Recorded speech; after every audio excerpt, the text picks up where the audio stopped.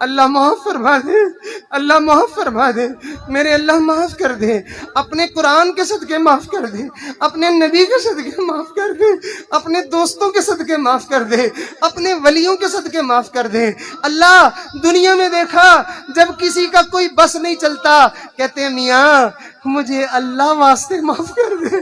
اللہ ہم تجھے بھی کہتے ہیں ہمیں تو اللہ واسطے معاف کر دے، ہمیں اللہ واسطے معاف کر دے۔ اللہ تو ہمیں اپنے اللہ اپنے نام کے واسطے معاف کر دے۔ میرے مالک مہربانی فرما دے، ہم سے راضی ہو جا، ہمیں گناہوں سے بچا لے۔ ہم گندے نہیں بننا چاہتے، ہم جہنم میں نہیں جانا چاہتے، ہم تیرے نبی کو ناراض نہیں کرنا چاہتے، ہم تجھے ناراض نہیں کرنا چاہتے۔ میرے مالک مہربانی فرما دے، یہاں جتنے آج آئے ہیں سب کو قبول کر لے، سب کو صرف ایک دفعہ تو پیار سے دیکھ لے، ایک دفعہ تو دیکھ لے، ایک دفعہ پیار سے دیکھ لے۔ دور دور سے آئے، کوئی بوڑھا آیا، کوئی بیمار آیا۔ بسم اللہ الرحمن الرحیم۔ یا ایہا الذین آمنوا اذکروا اللہ ذکرا کثیرا، وقال اللہ تعالی فی مقام آخر واذکروا اللہ کثیرا لعلکم تفلحون۔ صدق اللہ العظیم۔ سبحان ربک رب العزت عما یصفون وسلام علی المرسلین والحمد للہ رب العالمین۔ اللہم صلی علی سیدنا محمد وعلی آل سیدنا محمد مبارک وسلم۔ اللہم صلی علی سیدنا محمد وعلی آل سیدنا محمد مبارک وسلم۔ اللہم صلی علی سیدنا محمد وعلی آل سیدنا محمد مبارک وسلم۔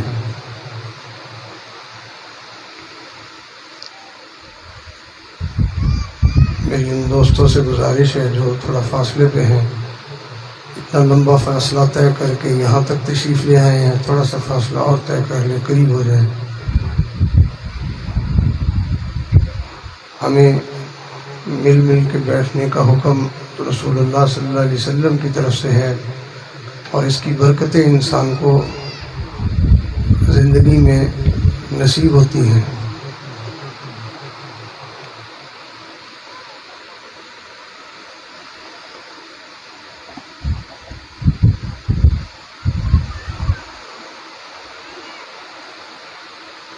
اللہ تعالیٰ سب کو جزائے خیر عطا فرمائے۔ دین کے لیے مل مل کے بیٹھنے کی وجہ سے اللہ دلوں کو آپس میں ملا دیتے ہیں۔ آج مسلمانوں کے دل ایک دوسرے سے بہت دور ہوتے جا رہے ہیں۔ یہ دلوں کی دوری اتنی بڑھ گئی ہے کہ گھر ایک ہوتا ہے، ایک گھر کے اندر کئی لوگ رہتے ہیں لیکن دل آپس میں ملے ہوئے نہیں ہوتے ہیں۔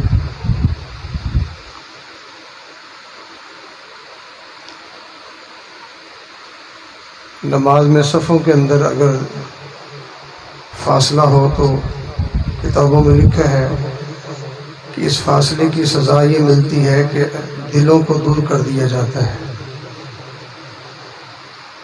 تو صحابہ کرام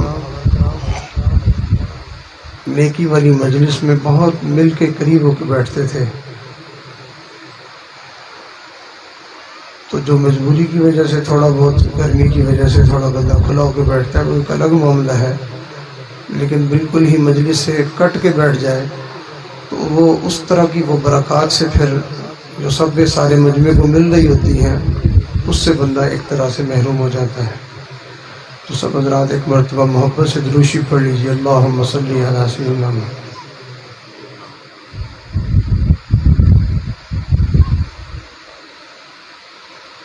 انسان کسی بھی منزل کی طرف سفر کرے تو منزل تک پہنچنے کے لیے اس کو دو چیزوں کی ضرورت ہوتی ہے۔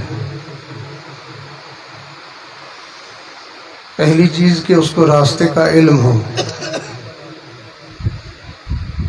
اور دوسری چیز کہ اس کے پاس سواری ٹھیک ہو۔ اگر انسان کو راستے کا پتہ نہ ہو تو بہت اچھی سواری ہونے کے بعد بھی انسان اپنی منزل پہ نہیں پہنچ پاتا.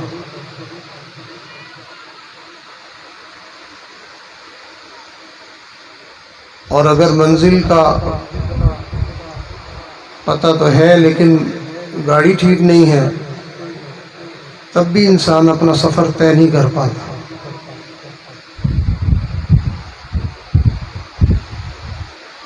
بالکل اسی طرح ہم سب کی منزل اللہ رب العزت کی رضا ہے، اللہ کو راضی کرنا.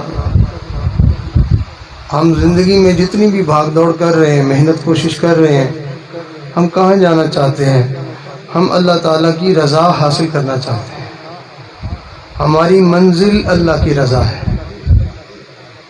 جس انسان کو اللہ کی رضا حاصل ہو گئی وہ اپنی زندگی کے مقصد کو اس نے پا لیا ہے.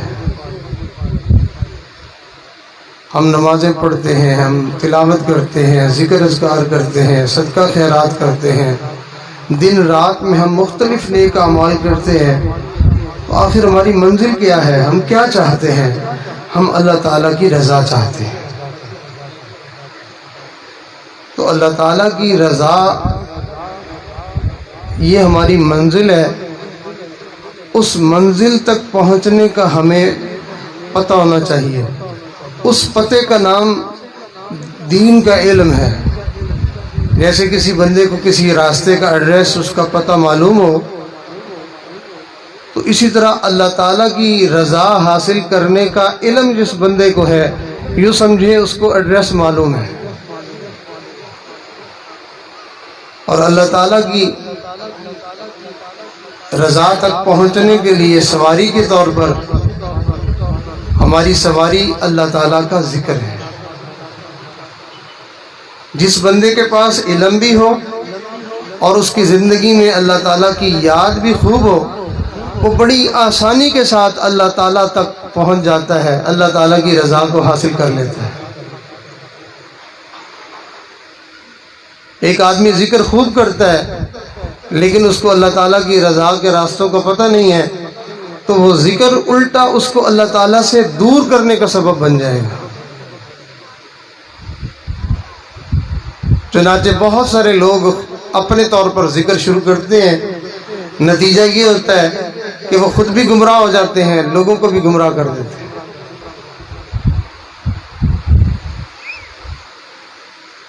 تو انسان کو اللہ تعالیٰ کی رضا کا علم ہونا چاہیے، جس کو شریعت کا علم کہتے ہیں، جس کو سنت کا علم کہتے ہیں. یہ علم انسان کے لیے ضروری ہے. اگر اس کو دین کے اس علم کا پتہ نہیں ہوگا، ساری زندگی ٹکرے مارتا رہے گا، یہ کبھی بھی اللہ تعالیٰ کو راضی کر ہی نہیں سکتا. چنانچہ بہت سارے لوگ گناہوں کو نیکی سمجھ کے کرتے ہیں. جن چیزوں سے انسان اللہ تعالیٰ سے دور ہو جاتا ہے، وہ ان چیزوں کو کر کر کے دل میں خوش ہو رہے ہوتے ہیں کہ شاید ہم اللہ تعالیٰ کے قریب ہو گئے. اور دوسری چیز کہ انسان کے پاس گاڑی بھی ٹھیک ہو، یعنی وہ ذکر کثرت کے ساتھ کرتا ہو. اگر ایک آدمی کے پاس بہت زیادہ علم ہے لیکن اللہ کی یاد نہیں ہے، تو پتہ تو ہے اس کو کہ اللہ تعالیٰ کو راضی کرنے کا راستہ کیا ہے، لیکن اس راستے پر اس کی گاڑی چل نہیں رہی، لہذا پوری زندگی یہ علم ہونے کے باوجود بھی اللہ تعالیٰ سے دور ہی رہے گا. ایک دفعہ ہم اپنے حضرت دامت برکاتہم کی مجلس میں تھے، تو حضرت نے فرمایا کہ میں سفر کر رہا تھا، تو دوران سفر ٹریفک جام ہو گئی، تو کافی دیر کھڑے رہے. تو میں نے اپنے دوستوں سے کہا کہ پتہ کرو کہ کیا مسئلہ ہے، ٹریفک کیوں جام ہوئی ہے. تو تھوڑی دیر کے بعد وہ ساتھی پتہ کر کے واپس آئے. انہوں نے آ کے بتایا کہ حضرت ایک بڑا ٹینکر جو ہے وہ راستے میں کھڑا ہوا ہے، اس کی وجہ سے ٹریفک جام ہے. فرمایا کیوں کھڑا ہوا ہے؟ اس نے کہا حضرت اس کے پیٹرول اس کا ختم ہو گیا. تو فرمایا اتنا بڑا ٹینکر ہے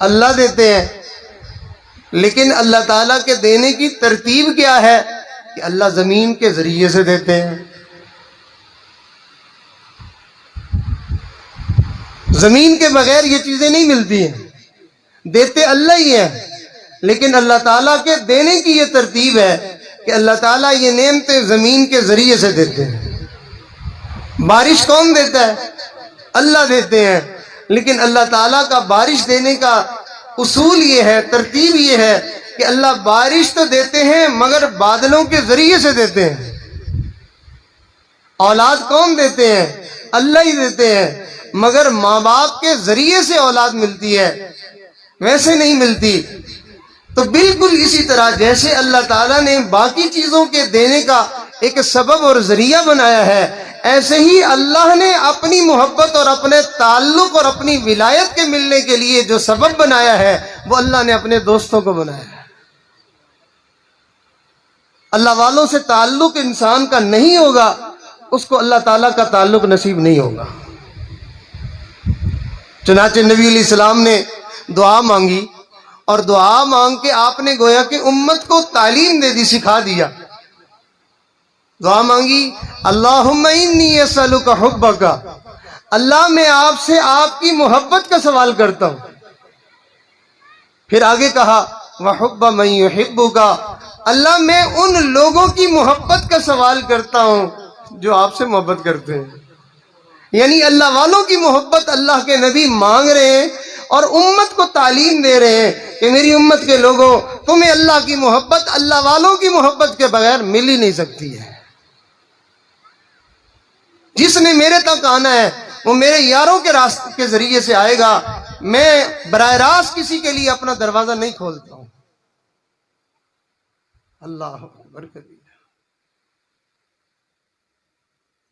عجیب بات ہے، جن لوگوں کا زیادہ وقت اللہ والوں کی صحبت میں نہیں گزرا ان کے لیے نئی بات ہے. علماء نے لکھا ہے کہ انسان اللہ کا ذکر کرے، تلاوت کرے، تسبیحات پڑھے، نوافل پڑھے اللہ کا قرب حاصل کرنے کے لیے.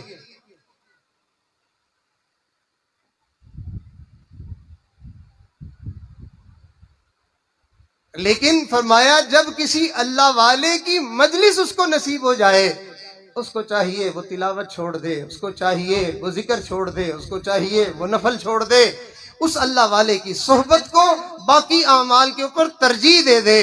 اس لیے کہ جو تجھے اب قرب اس اللہ والے کی معیت سے نصیب ہوگا، تجھے ان تسبیحات سے، تجھے ان نوافل سے، تجھے ان اعمال سے اب اللہ کا وہ قرب نصیب نہیں ہوگا.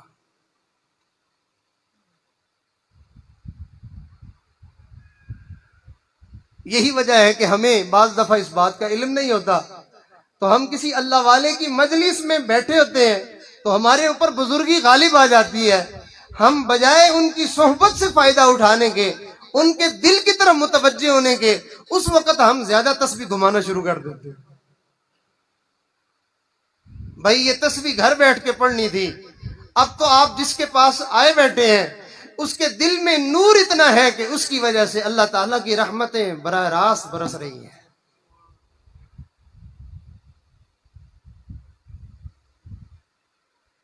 یک زمانہ صحبت باولیا، مولانا روم رحمت اللہ علیہ نے شعر کہا، یک زمانہ صحبت باولیا بہتر از 100 سالہ تات بیریا. ایک زمانہ، ایک ساتھ، ایک گھڑی اللہ والوں کے پاس لوگوں بیٹھ جانا، گزار لینا، یہ 100 سال کی بے ریا عبادت سے بہتر ہوا کرتا ہے. اللہ اکبر کبیر. مفتی اعظم حضرت مفتی محمد شفیع صاحب رحمت اللہ علیہ، جنہوں نے قرآن مجید کی تفسیر لکھی معارف القرآن، بہت بڑے مفسر، بڑے محدث، اور پورے ملک میں سب سے بڑے مفتی، اور اللہ نے ان کو کیا مقام اور مرتبہ دیا تھا، ولایت کے اونچے درجے پر فائز تھے. انہوں نے جب یہ شعر پڑھا تو وہ بڑے حیران ہوئے کہ کہاں 100 سال کی بے ریا عبادت کہ جس میں بندہ نماز پڑھتا ہے، جس میں بندہ روزہ رکھتا ہے، جس میں بندہ زکوٰۃ دیتا ہے، جس میں بندہ خیرات کرتا ہے، نہ جانے کیسے کیسے اعمال 100 سال میں بندہ کرتا ہے.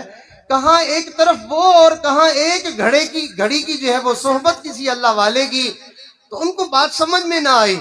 چنانچہ یہ بات سمجھنے کے لیے وہ اپنے پیر و مرشد حضرت اقدس حکیم الامت حضرت شاہ اشرف علی تھانوی رحمت اللہ علیہ کی خدمت میں حاضر ہوئے اور پوچھا، حضرت مجھے یہ شعر سمجھ میں نہیں آیا، مجھے نہیں بات سمجھ میں آ رہی کہ کہاں ایک گھڑی کسی اللہ والے کے پاس. ٹھیک ہے، نیک لوگوں کے پاس بیٹھنا، اللہ والوں کے پاس بیٹھنا، اس کا بڑا مقام ہے، بڑا درجہ ہے، بڑی فضیلت ہے، لیکن کہاں 100 سال کی بے ریا عبادت اور کہاں ایک گھڑی.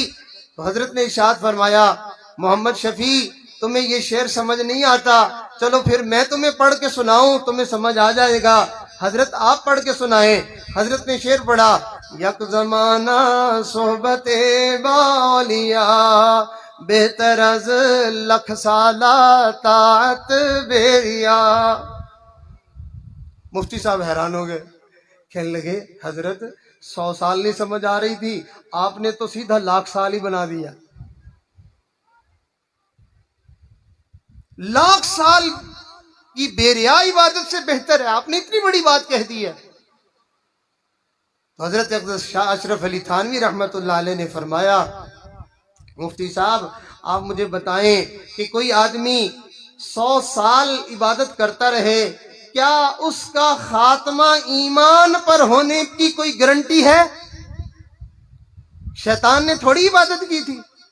بلم باعور جو بنی اسرائیل کا ایک نیک شخص گزرا، 500 سال وہ عبادت کرتا رہا، لیکن خاتمہ اس کا کیسے ہوا کہ اللہ نے اس شخص کے بارے میں فرمایا، فَمَثَلُهُ كَمَثَلِ الْكَلْبِ، اس کی مثال کتے کی مانند ہے.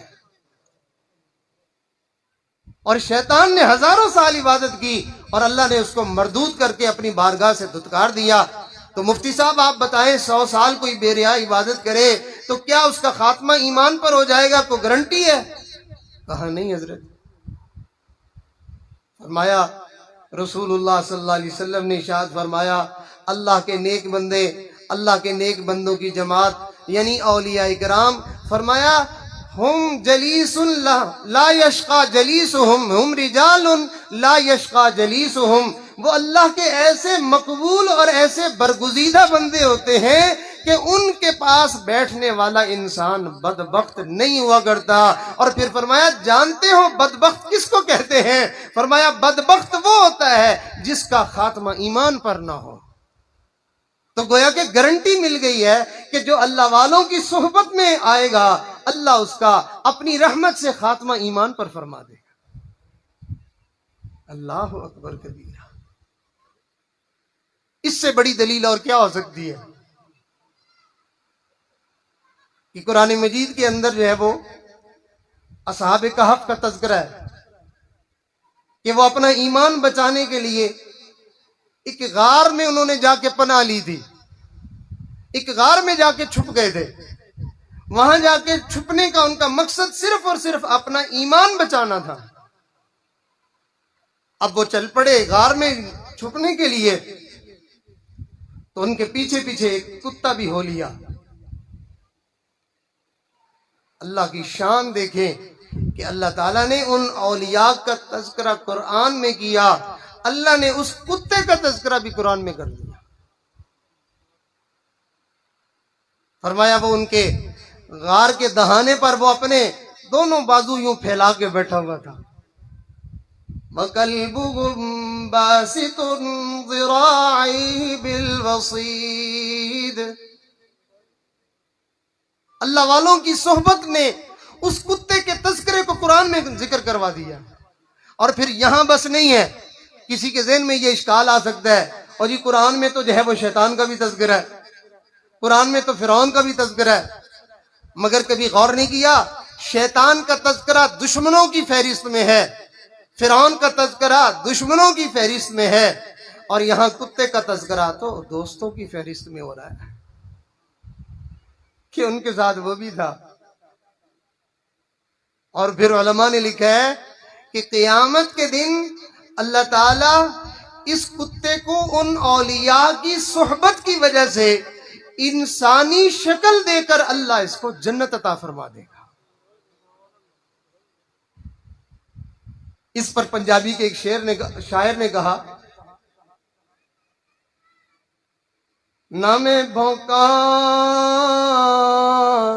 تے نہ میں ٹونکا تے نہ میں شور مچاواں،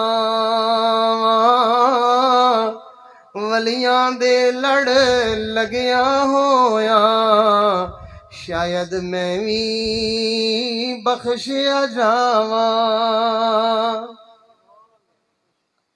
اللہ والوں کے ساتھ جب بندے کو محبت اور دوستی ہو جاتی ہے تو اس دوستی کا رنگ انسان کے اوپر آگ ہی رہتا ہے۔ اور نبی علیہ الصلوۃ والسلام کی حدیث سے ہمیں یہ پتہ چلتا ہے کہ اللہ کے نبی ارشاد فرماتے ہیں، تم ویسے ہی ہو جیسے تمہارا دوست ہے۔ یعنی انسان اپنے دوست کے دین پر ہوتا ہے۔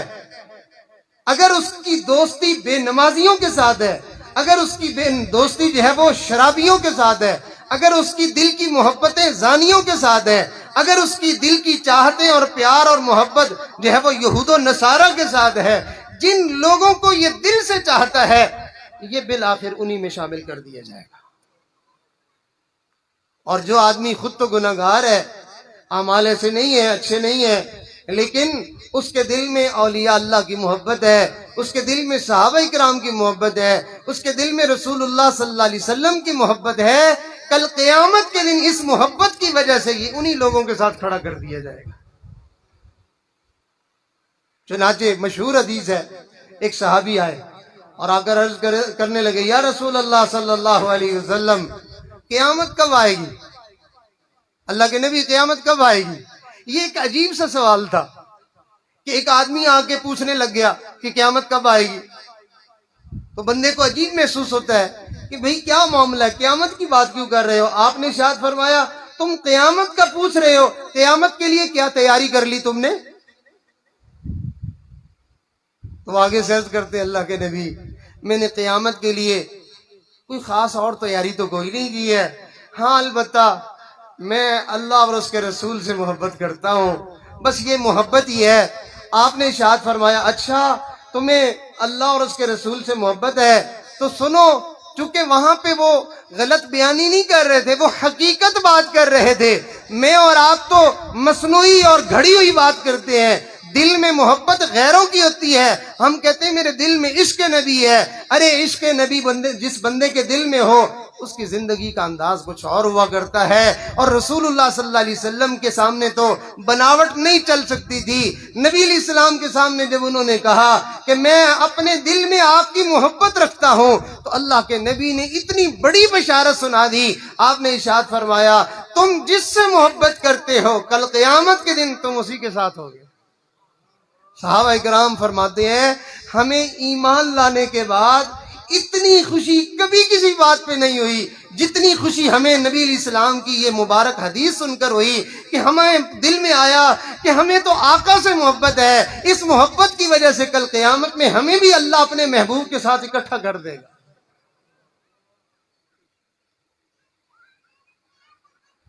تو کتنی خوبصورت بات فرمائی، فرمایا یہ اللہ کا ذکر یہ ولایت کا عنوان ہے، اور انسان کو ذکر نصیب نہیں ہوتا اس وقت تک جب تک انسان اللہ والوں کی صحبت اختیار نہیں کرتا۔ بعض لوگ ذکر کرتے ہیں، کسی کے دل میں آئے کہ جی میں اتنا پڑھتا ہوں، تو یاد رکھیے جس بندے کو اولیاء کی صحبت کے بغیر ذکر ملا ہے وہ ذکر کی صورت ہے، وہ ذکر کی حقیقت نہیں ہے۔ صورت میں اور حقیقت میں زمین آسمان کا فرق ہوا کرتا ہے۔ وہ صرف لفظوں کو ہی زبان سے نکالنا جانتا ہے، اسے اللہ کا تعلق نصیب نہیں ہوا ہے۔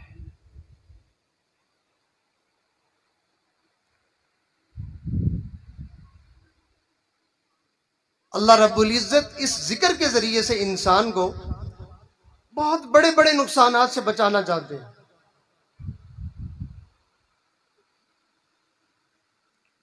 اور اس کے ضمن میں ہم یہ بھی سمجھ لیں کہ انسان کے لیے سب سے بڑی نقصان کی چیز ہے کیا؟ کیا کاروبار اس کا کمزور ہو جائے پھر نقصان ہو جاتا ہے؟ کیا اس کی صحت بگڑ جائے تو پھر نقصان ہو جاتا ہے؟ کیا اس کے گھر کے حالات خراب ہو جائیں تو پھر نقصان ہو جاتا ہے؟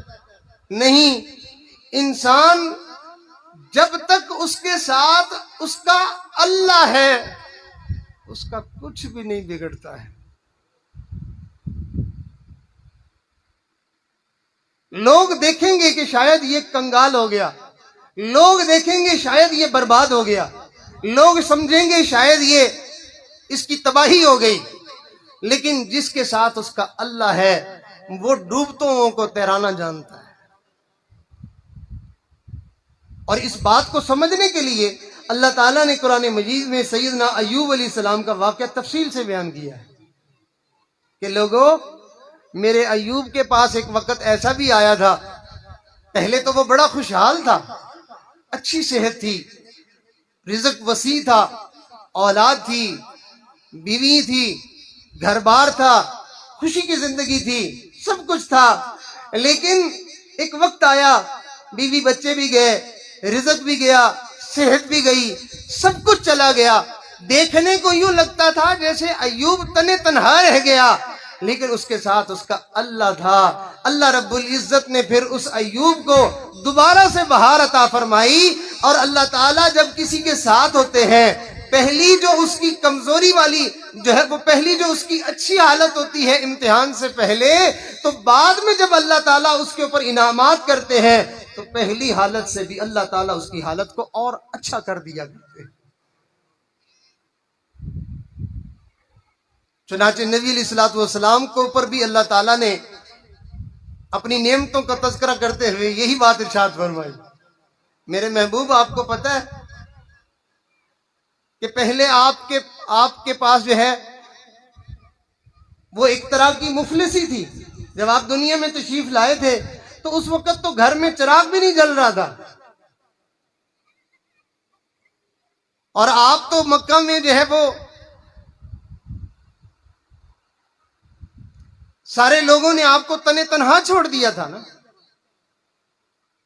لیکن میرے نبی جی، آپ کا اللہ آپ کے ساتھ ہے نا، آپ کا ہر آنے والا وقت وہ پہلے وقت سے بہتر ہوتا چلا جائے گا۔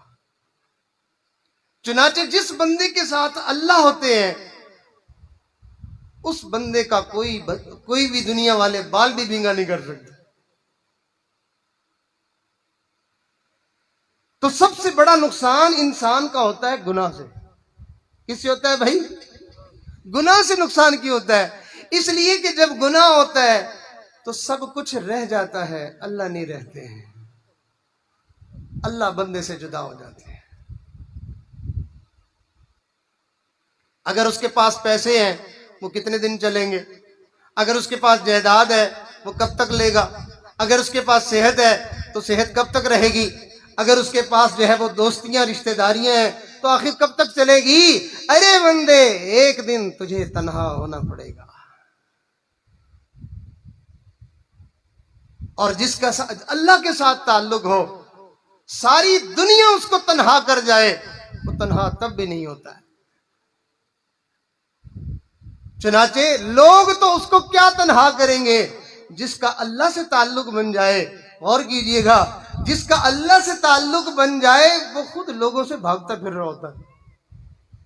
آپ نے اکثر سنا ہوگا کہ فلاں اللہ والے جو ہے وہ جنگل میں، فلاں اللہ والے فلاں ویرانے میں، فلاں اللہ والے خلوت میں، تنہائی میں کیوں جاتے ہیں؟ ان کو کیا ہوتا ہے؟ ارے ان کو تنہائی میں وہ لطف اور وہ مزہ آتا ہے جو ہمیں محفلوں میں، جو ہمیں فنکشنوں میں، جو ہمیں جو ہے وہ محافل میں جو لطف اور مزہ نہیں آتا، وہ ان کو تنہائی میں بیٹھ کے وہ لذت اور وہ مزہ آتا ہے۔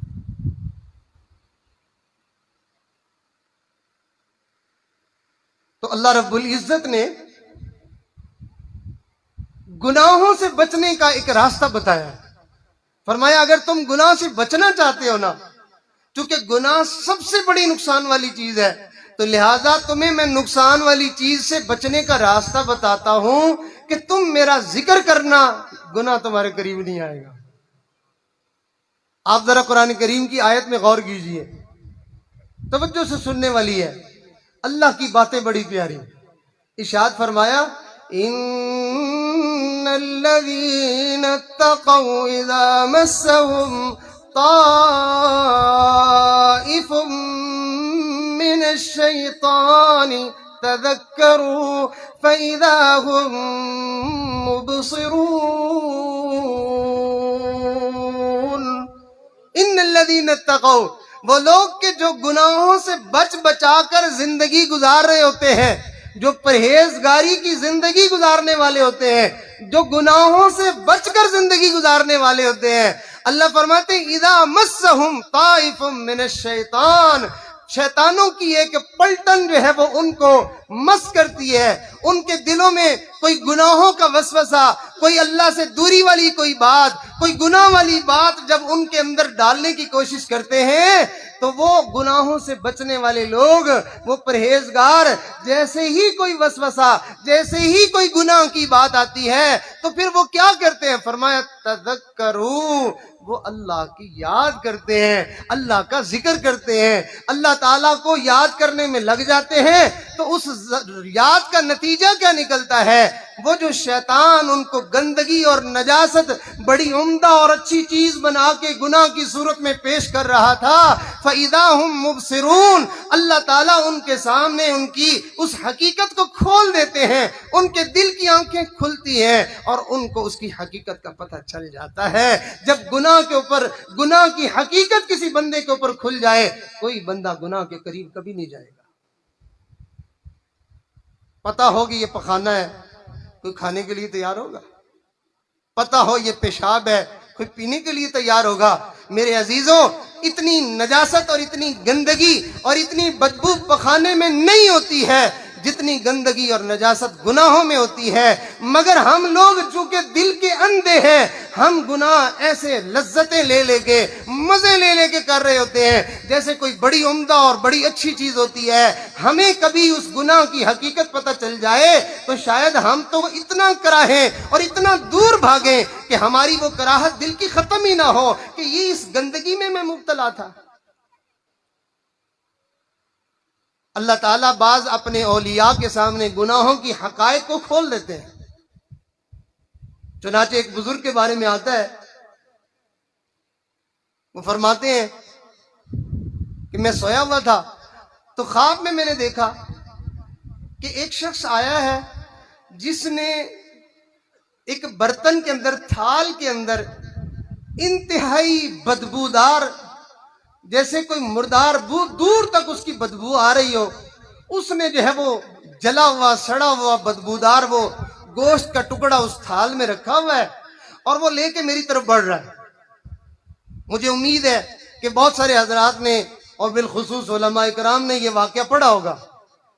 تو وہ بزرگ فرماتے ہیں کہ وہ میری طرف بڑھ رہا تھا تو مجھے اس کی بدبو سے اس قدر تکلیف ہو رہی تھی، میں چاہتا تھا کہ یہ کسی طریقے سے مجھ سے دور لے جائے، مگر وہ تھا کہ وہ آگے آگے آگے آگے میرے قریب بڑھتا جا رہا تھا، یہاں تک کہ اس نے وہ گوشت کا ٹکڑا جو کہ مردار اور بدبودار تھا، جس کی بدبو مجھے دور سے تنگ کر رہی تھی، وہ لایا اور لا کے اس نے میرے منہ کے ساتھ لگا دیا. میں اس کو کہہ رہا تھا کہ نم کرو، پورے کرو، بہت گندا ہے، بہت بدبو ہے. تو اس نے زبردستی میرے منہ کے ساتھ لگایا. مجھے اتنی تکلیف تھی، میں نے اس کو کہا کہ بھائی مجھے کیوں آپ ایسا کر رہے ہیں؟ اس نے کہا اس سے تو تجھے کراہت آ رہی ہے، اور دن میں تو بیٹھا ہوا دوسروں کی برائیاں بڑے مزے لے لے کے کر رہا تھا، اس وقت اپنے مرے ہوئے مردار بھائی کا گوشت تو بڑے مزے سے کھا رہا تھا، اب تجھے کراہت آ رہی ہے. گویا کہ خواب میں اللہ تعالیٰ نے جو دوسروں کی برائی کی جاتی ہے اس کی صورت اس اپنے نیک بندے کے اوپر اللہ نے واضح کر دی تھی. ہم گناہوں کی حقیقت نہیں جانتے، اس لیے ہم گناہوں کی طرف لپک لپک کے جاتے ہیں، بلکہ کئی مرتبہ تو اللہ تعالیٰ ہمیں معاف فرمائے. گناہوں کے ہونے کے لیے ہم اللہ تعالیٰ سے دعائیں بھی کر رہے ہوتے ہیں، گناہوں کے لیے ہم تمنا کر رہے ہوتے ہیں، اور ہم گناہ کر کر کے پھر خوشی سے دوسروں کو بھی بتاتے ہیں.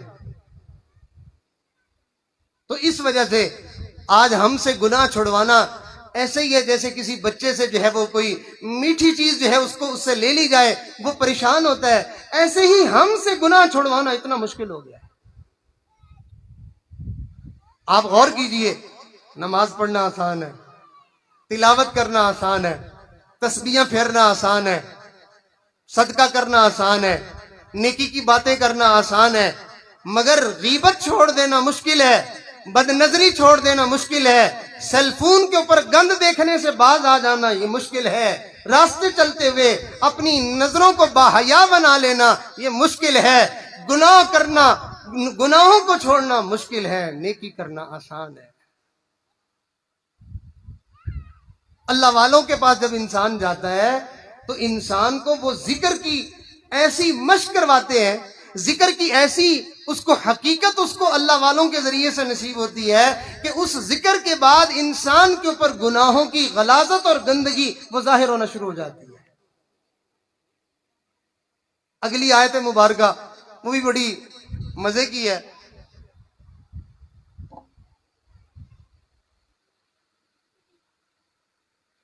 شیطان کو پتہ چل گیا، مگر کتنے افسوس کی بات ہے ہمیں نہ پتہ چلا۔ شیطان کو کیا پتہ چل گیا؟ شیطان کو یہ پتہ چل گیا کہ جب تک یہ ذکر کرتا رہے گا میرا بس اس پہ نہیں چلتا، میں اس سے گناہ کروا ہی نہیں سکتا۔ چنانچہ اس کا تذکرہ قرآن مجید میں ہے، ارشاد فرمایا استحوذ علیہم الشیطان فانساہم ذکر اللہ۔ شیطان جب کسی کے اوپر حملہ آور ہوتا ہے، اس کو بہکانا چاہتا ہے، اس کو تباہ کرنا چاہتا ہے، اس کو گناہوں میں ڈالنا چاہتا ہے، ارے میاں وہ یوں نہیں کر سکتا، فانساہم ذکر اللہ، پہلے اس کو ذکر چھڑوانا پڑتا ہے۔ اللہ کے نام کے ہوتے ہوئے شیطان ہمیں گناہوں پہ نہیں لگا سکتا۔ لہذا یہی وجہ ہے کہ سب سے بڑا گناہ اللہ تعالیٰ سے غافل ہو جانا ہے۔ کیوں یہ بڑا گناہ ہے؟ اس لیے کہ اللہ سے غافل ہونا اتنا بڑا گناہ ہے کہ اس گناہ کے بعد پھر سارے گناہوں کے دروازے کھل جاتے ہیں۔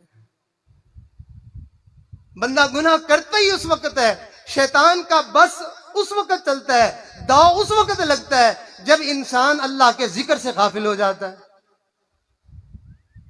اس سے اگلی آیت ذرا سنیے،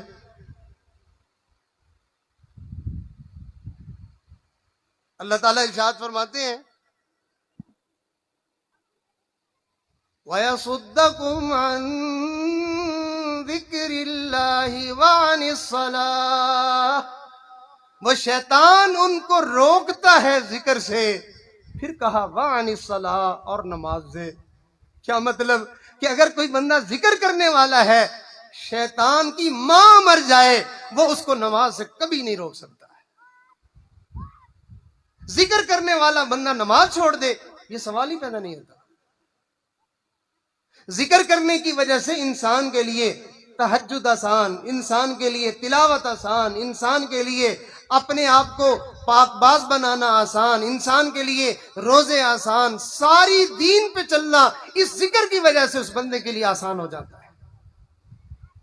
اللہ تعالی ہمارے بزرگوں کو جزائے خیر دے، انہوں نے کیا جو ہے وہ گہری بات کی ہے۔ جو لوگ بھی ان کے پاس جاتے ہیں بیعت ہونے کے لیے اور وہ چاہتے ہیں کہ ہم نیک اور پاک بن کر زندگی گزاریں تو وہ ان کو اللہ کے ذکر میں، اللہ کی یاد میں لگا دیتے ہیں۔ بعض لوگوں کو اشکال ہوتا ہے، لو جی بزرگ نماز فرض ہے اس کا نہیں کہہ رہے، فلاں چیز فرض ہے اس کا نہیں کہہ رہے، ذکر کی بات کر رہے ہیں۔ بھائی یہ ذکر کی وجہ سے پورا دین زندہ ہو جاتا ہے۔ یہ ایک گولی انہوں نے ایسی دی ہے کہ جس کی وجہ سے پورے دین پہ چلنا انسان کے لیے آسان ہو جاتا ہے۔ تو یہ اللہ کا ذکر جو ہے وہ ہمیں زندگی میں کثرت کے ساتھ کرنا چاہیے۔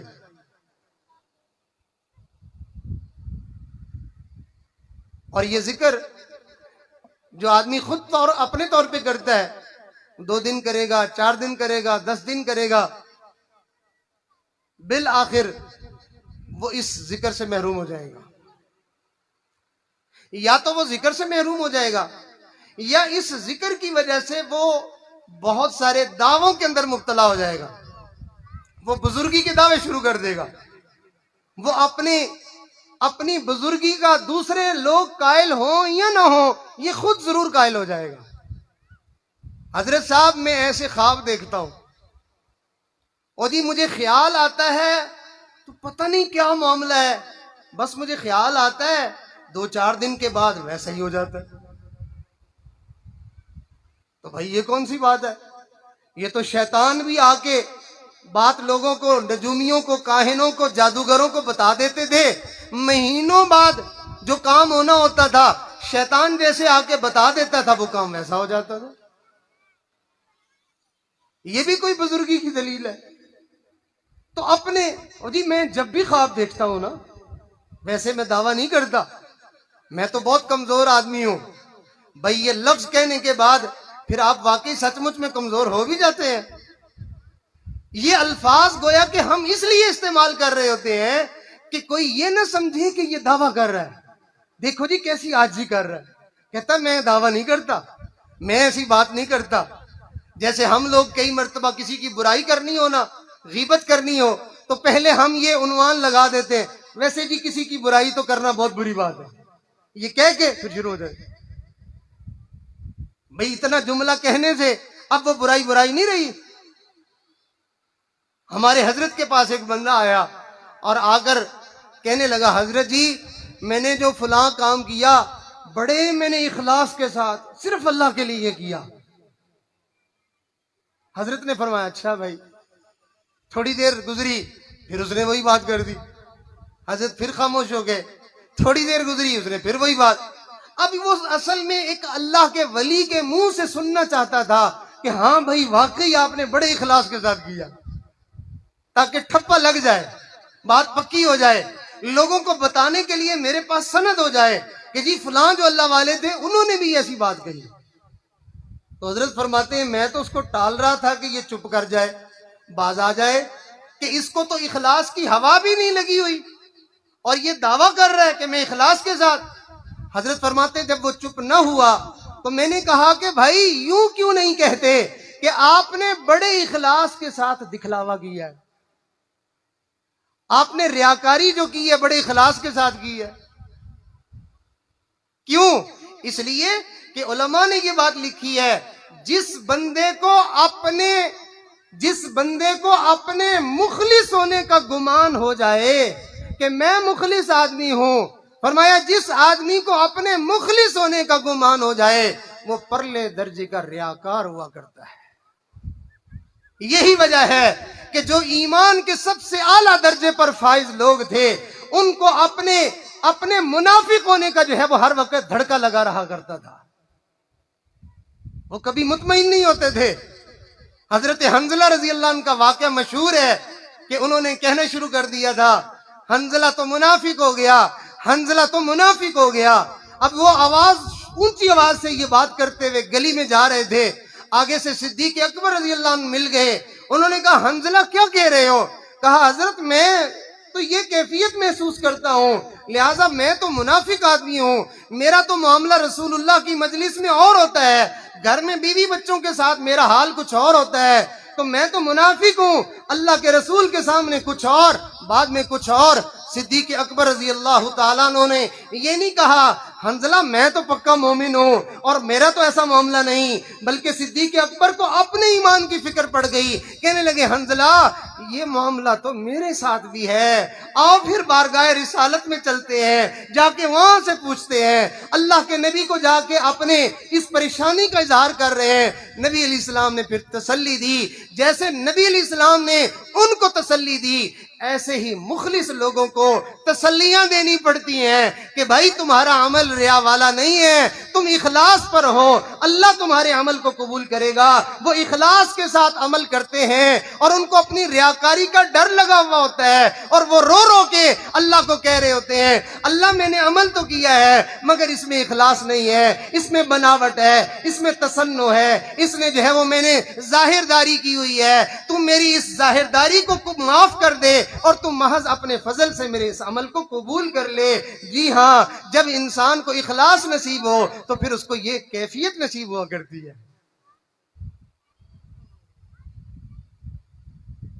تو ہمارے مشائخ اللہ والوں کی خانقاہوں میں جا کے رہا کرتے تھے، وہاں جا کر وہ اللہ کا ذکر سیکھتے تھے.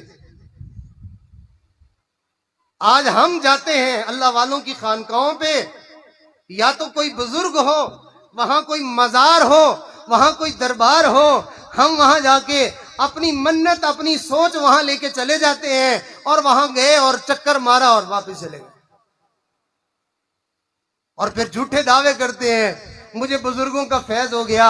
ارے میاں، زندہ بندے کے ہاتھ سے تجھے چیز لینی نہیں آتی، جو اس جہان سے چلا گیا تو اس سے فیض کہاں سے لے کے آ گیا؟ تو یہ تو تیری بڑی مہارت کی بات ہے، یہ تو تیرے بڑے کمال کی بات ہے کہ وہ اولیاء جو اس جہان سے چلے گئے تجھے ان سے بھی فیض لینا آتا ہے۔ ارے جو یہاں موجود ہیں تجھے تو ان سے بھی نہیں لینا آتا۔ اللہ والوں سے فیض لینے کے طریقے ہوتے ہیں، اللہ والوں سے فیض لینے کے آداب ہوتے ہیں۔ آپ کبھی میرے حضرت کی کتاب پڑھ کے تو دیکھیں کہ شیخ کی صحبت میں بیٹھ کر، اپنے مرشد کی صحبت میں بیٹھ کر فیض کیسے لیا جاتا ہے۔ درجنوں آداب لکھے ہوئے ہیں، اگر ان میں سے کوئی ایک ادب بھی چھوٹ جائے تو انسان شیخ کے فیض سے محروم ہو جاتا ہے۔ ہمارے سلسلہ عالیہ نقشبندیہ کے ایک بڑے سرخیل امام حضرت خواجہ فضل علی قریشی مسکین پوری رحمت اللہ علیہ کے ایک مرید کا میں آپ کو واقعہ سناؤں۔ جب اندر فیض ہوتا ہے تو انسان کا سینہ بتاتا ہے تیرے اندر نور بھرا ہوا ہے۔ جب وہ بتیاں بجھتی ہیں تو بندے کو ایسے ہی اندھیرا ہو جاتا ہے جیسے ظاہر میں لائٹیں جل رہی ہوں، بند ہو جائیں تو صاف پتہ چلتا ہے روشنی بند ہو گئی۔ اس سے زیادہ انسان کو اپنے سینے کی روشنی کا احساس ہوتا ہے۔ چنانچہ وہ حضرت کا مرید روتا ہوا حضرت کے پاس آ گیا، کہنے لگا حضرت میرا تو اندر اجڑ گیا، حضرت میرا تو اندر اجڑ گیا، پتہ نہیں کیا ہو گیا، کیا غلطی ہو گئی۔ حضرت نے ارشاد فرمایا تم غور کرو، تم سے کوئی بے ادبی ہوئی ہے، کوئی گستاخی ہوئی ہے۔ سوچنے لگے حضرت، سوچ بچار کر کے غور فکر کر کے واپس آئے، کہنے لگے حضرت اور تو مجھے کچھ سمجھ میں نہیں آ رہا، ہاں آپ کی لاٹھی پڑی ہوئی تھی، عصا پڑا ہوا تھا تو میں بے دھیانی سے اوپر سے گزر گیا، اور تو مجھے سمجھ نہیں آ رہا۔ فرمایا ہاں اسی وجہ سے تمہارا سینہ خالی ہو گیا۔ ہم کیا جانے اللہ والوں کے آداب کو؟ اللہ والوں کو پشت ہونے سے بھی انسان کا سینہ خالی ہو جاتا ہے۔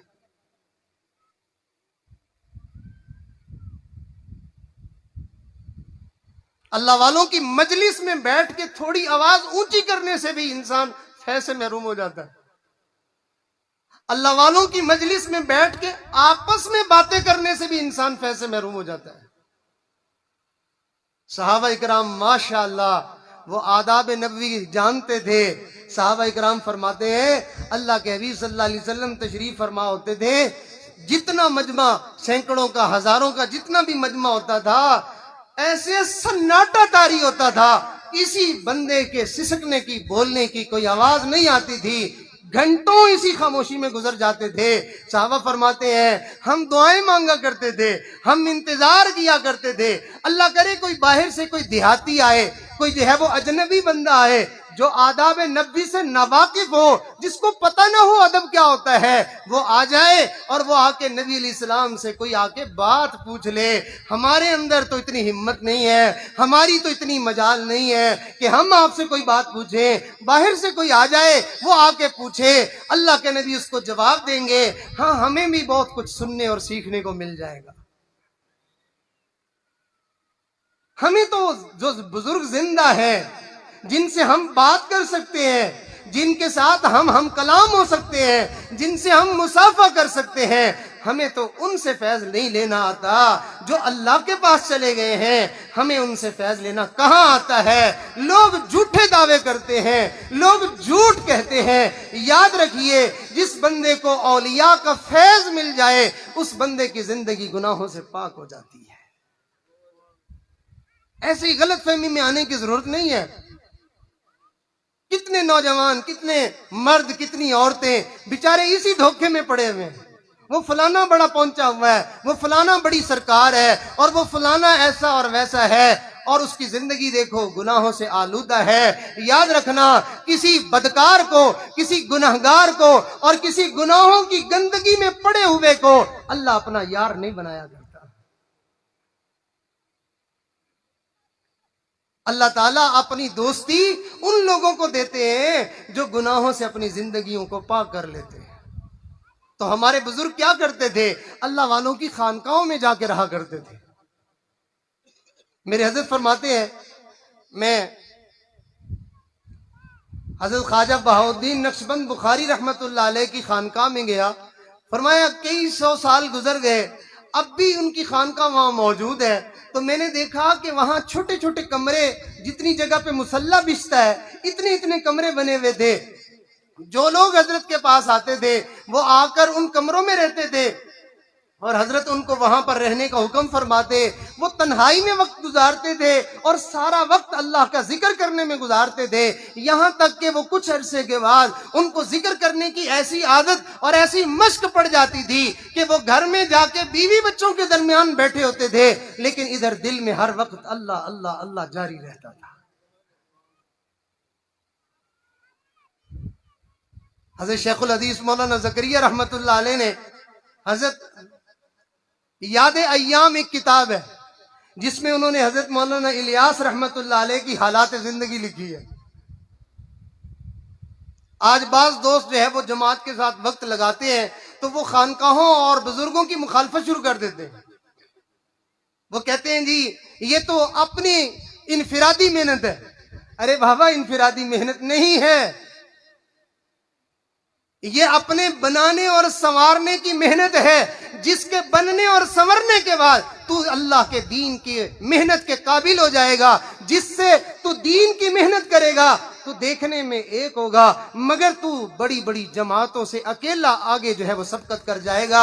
جیسے خواجہ معین الدین چشتی اجمیری رحمت اللہ علیہ، دیکھنے میں بندہ ایک تھا مگر اس نے بڑی بڑی جماعتوں سے بھی بڑا کام کر دکھایا۔ حضرت علی حجویری رحمت اللہ علیہ، دیکھنے میں بندہ ایک تھا مگر اس نے ہزاروں سے زیادہ کام کر دکھایا۔ جیسے مولانا الیاس رحمت اللہ علیہ، بندہ ایک تھا مگر اس نے پوری امت کو جگا کے رکھ دیا۔ یہ انفرادی محنت نہیں ہے، جب یہ بندہ اس کا باطن بن جاتا ہے تو یہ ایک ہوتا ہے مگر ہزاروں اور لاکھوں کی ہدایت کا ذریعہ بن جاتا ہے۔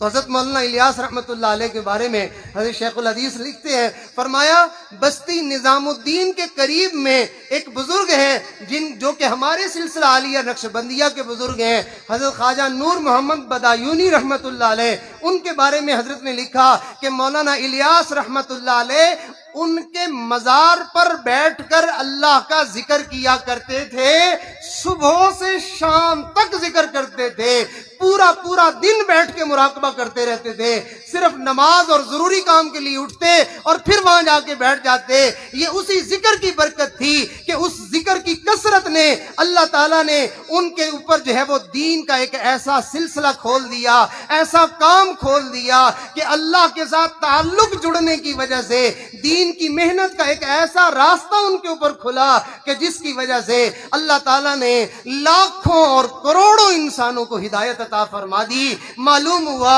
بندے کا تعلق اللہ سے جڑ جائے، نہ صرف یہ کہ اس کی اپنی زندگی بنتی ہے بلکہ اس کے گھر کی زندگی بنتی ہے، اس کے خاندان کی زندگی بنتی ہے۔ ایک بندے کے سنورنے سے پورا کا پورا شہر بن جاتا ہے، بلکہ بعض دفعہ ایک بندہ پورے کے پورے ملک کی ہدایت اور ان کی زندگی کے بدلنے کا ذریعہ بن جاتا ہے۔ یہ اللہ سے تعلق کوئی معمولی چیز نہیں ہے۔ تو حضرت مولانا الیاس رحمت اللہ علیہ لوگوں کو دعوت دیتے تھے، 3 دن کے لیے جو بندہ تیار ہو جاتا اس کو اپنے مرشد کی خانقاہ میں بھیج دیتے، جاؤ تم میرے حضرت کی خانقاہ میں وہاں جا کے اللہ اللہ سیکھو تاکہ تمہارا تعلق اللہ کے ساتھ جڑ جائے۔ آج ہم نے اللہ والوں کی خانقاہوں میں جانا چھوڑ دیا ہے۔ بہرحال بات لمبی ہو رہی ہے، میں آپ کے سامنے اللہ کے ذکر کی کچھ جو ہے وہ برکتیں، کچھ اس کے فائدے، کچھ اس کے انعامات میں آپ کے سامنے ذکر کروں تاکہ ہمارے دل میں بھی ذکر کا شوق لگ جائے۔ نبی علیہ الصلوۃ والسلام نے ارشاد فرمایا، حدیث مبارکہ ہے، نبی علیہ السلام نے ارشاد فرمایا کہ اللہ کے عذاب سے بچانے والا کوئی بھی اتنا بڑا عمل نہیں ہے کہ جتنا بڑا عمل اللہ کا ذکر ہے۔ یہ عجیب عمل ہے کہ اس ذکر کی وجہ سے اللہ تعالیٰ کے عذاب سے بندہ بچ جاتا ہے۔ اور دلیل قرآن مجید سے سنیے. حضرت یونس علیہ السلام مشکل میں آ گئے, پریشانی میں آ گئے, تو اب وہ مچھلی کے پیٹ میں اور پانی کی تہ میں اندھیروں میں پڑے ہوئے ہیں, وہاں سے نجات کا کوئی راستہ نہیں ہے. تو اللہ تعالیٰ نے ان کا تذکرہ قرآن میں کیا اور ارشاد فرمایا ذرا اس مچھلی والے کا بھی تذکرہ کرو, اس کی بھی ذرا بات کرو. اللہ اس کو کیا ہوا تھا؟ فرمایا وہ میرا نبی, وہ جب اپنی مشکل میں پریشانی میں آ گیا تھا تو وہ اس دریا کی تہ میں مچھلی کے پیٹ میں وہاں وہ نیچے پڑا ہوا تھا, تو وہ میرا ذکر کرنے لگا, وہ مجھے یاد کرنے لگا. تو ہم نے اس کی اس پکار کو, اس ذکر کو قبول کر لیا اور ہم نے اس کو نجات دے دی. اور پھر اگلی جو ہے وہ بات ہمارے لیے اللہ نے بیان کر دی. ارشاد فرمایا ایمان والو, جیسے ہم نے اس کے ذکر کی وجہ سے ان کو نجات دے دی, ہم تمہیں بھی قیامت تک ایسے ہی نجات دیتے رہیں گے. وَذَنُّونِ إِذْ ذَهَبَ مُغَاضِبًا فَظَنَّ أَن لَّن نَّقْدِرَ عَلَيْهِ فَنَادَىٰ فِي الظُّلُمَاتِ أَن لَّا إِلَٰهَ إِلَّا أَنتَ سُبْحَانَكَ إِنِّي كُنتُ مِنَ الظَّالِمِينَ فاستجبنا له ونجيناه من الغم وكذلك ننجي المؤمنين. اے ایمان والو, ہم تمہیں بھی اسی طرح اپنی یاد کی وجہ سے نجات دیتے ہی رہیں گے. تم ہمیں یاد کرتے رہنا, ہم تمہیں مشکلوں سے, پریشانیوں سے نکالتے رہیں گے. تو یہ پکی بات ہے, جو بندہ اللہ کے ذکر میں آتا ہے اللہ تعالیٰ اس کی حالات کو اچھا کر دیتے ہیں, اللہ اس کو مشکلات سے نکال دیتے ہیں. اگر وہ رزق کی تنگی میں ہے تو اللہ اس کو رزق کی تنگی سے نکال دیتے ہیں. وہ صحت کی تنگی میں, بیماری میں مبتلا ہے, اللہ اس بیماری سے نکال دیتے ہیں. وہ پریشانی میں ہے, اللہ اس کو پریشانی سے نکال دیتے ہیں. وہ جس کسی مصیبت میں بھی پھنسا ہوا ہو اللہ اس کو نجات دے دیتے ہیں. اور یونس علیہ السلام کے بارے میں اللہ نے قرآن مجید میں دوسری جگہ ارشاد فرمایا لوگوں لَلَبِثَ فِي بَطْنِهِ إِلَى يَوْمِ يُبْعَثُونَ, اگر ہمارا نبی یوں ہمیں یاد نہ کرتا تو قیامت تک کے لیے وہ مچھلی کے پیٹ میں پڑا رہے گا. تو معلوم ہوا کہ میں اور آپ اپنی زندگی کی روش نہیں بدلیں گے, ذکر کی طرف نہیں آئیں گے, ہم حالات سے نہیں نکل پائیں گے.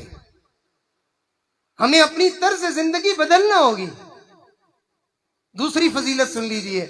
نبی علیہ السلام نے ارشاد فرمایا, ایک مرتبہ صحابہ کرام کی جماعت موجود تھی تو آپ نے ارشاد فرمایا میرے آقا پر میں قربان جاؤں, آپ کا دوسروں کو جو ہے وہ تعلیم دینے کا, ترغیب دینے کا, عمل کے لیے کھڑا کرنے کا کیا خوبصورت انداز تھا.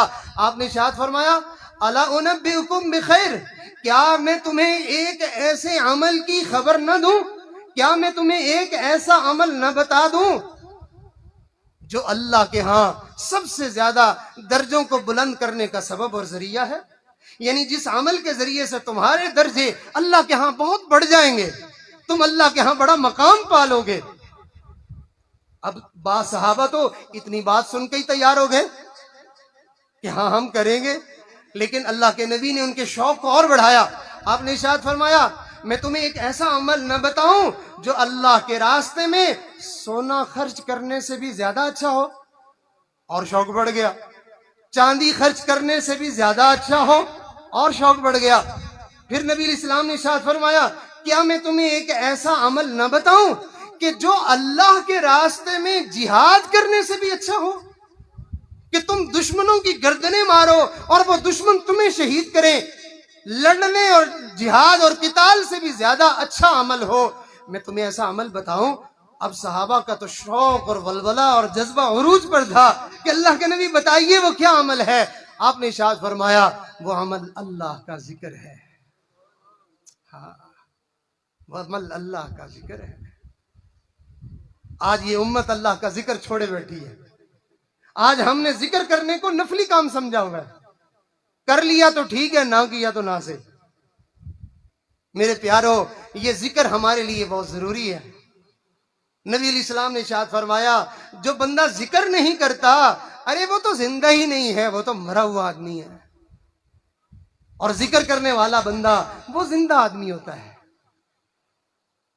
پھر نبی علیہ السلام نے ایک اور بات ارشاد فرمائی،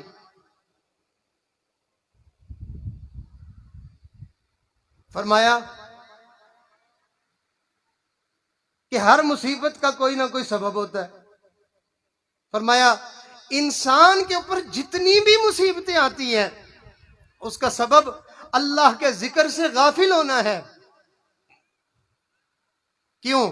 اس لیے توجہ سے سننے والی بات ہے، میری مائیں بہنیں بیٹیاں بھی ان باتوں پہ غور کریں گی تو ان کو بھی اپنی زندگی کے حالات کو سنوارنا آسان ہو جائے گا۔ نبی علیہ السلام نے ارشاد فرمایا کوئی درخت جب تک اللہ کا ذکر کرتا رہتا ہے اس کو کاٹا نہیں جاتا، وہ اللہ کا ذکر کرنا چھوڑ دیتا ہے اس کو کاٹ دیا جاتا ہے۔ پھر آپ نے ارشاد فرمایا کوئی شکار اس وقت تک شکار نہیں ہوتا جب تک کہ وہ اللہ کا ذکر کرتا رہتا ہے۔ پرندہ جانور ذکر چھوڑ دے وہ پنجرے میں بند ہو جاتا ہے، وہ کسی کے قابو میں آ جاتا ہے۔ مومن بندہ اللہ کا ذکر چھوڑ دے حالات میں بند ہو جاتا ہے، اب وہ نکل نہیں سکتا ہے۔ اس کو نکالے گی ایک ہی چیز، اللہ کی یاد، اللہ کا ذکر۔ سارے مقفل، سارے جو ہے وہ بند دروازے، سارا کچھ اس کے اوپر کھل جائے گا جب یہ اللہ کا نام لینا شروع کرے گا۔ ہم اللہ کی یاد کی اہمیت کو سمجھیں اور اس کی عظمت کو سمجھیں۔ ذکر کے 3 درجے ہوتے ہیں، ذکر کے 3 درجے ہوتے ہیں۔ انسان جو ذکر کرتا ہے تو ایک ذکر ہوتا ہے کہ انسان ذکر بھی کر رہا ہے اور غافل بھی ہے۔ کیسے کہ تسبیح پڑھ رہا ہے اور سوچیں کہیں ہیں، دھیان کہیں ہے۔ ایک ذکر کی یہ قسم ہے جو میں اور آپ کرتے رہتے ہیں۔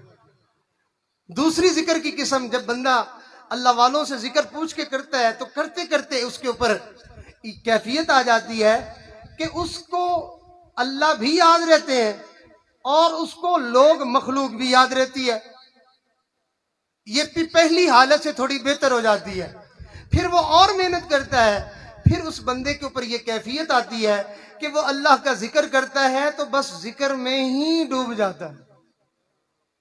چنانچہ ہمارے سلسلے کے بہت سارے لوگ، ہمارے مشائخ سے تعلق جوڑنے والے، بیعت ہونے والے، وہ خود بتاتے ہیں کہ ابتدا میں وہ کہتے تھے 5 منٹ بھی ہمارے لیے اللہ کی طرف دھیان کرنا مشکل، بعد میں ذکر کرتے کرتے یہ کیفیت، کہتے ہیں 5 گھنٹے ہمیں ذکر کرنے میں گزرتے ہوئے پتہ نہیں چلتا، 1 منٹ بھی دھیان اللہ کی طرف سے نہیں ہٹتا۔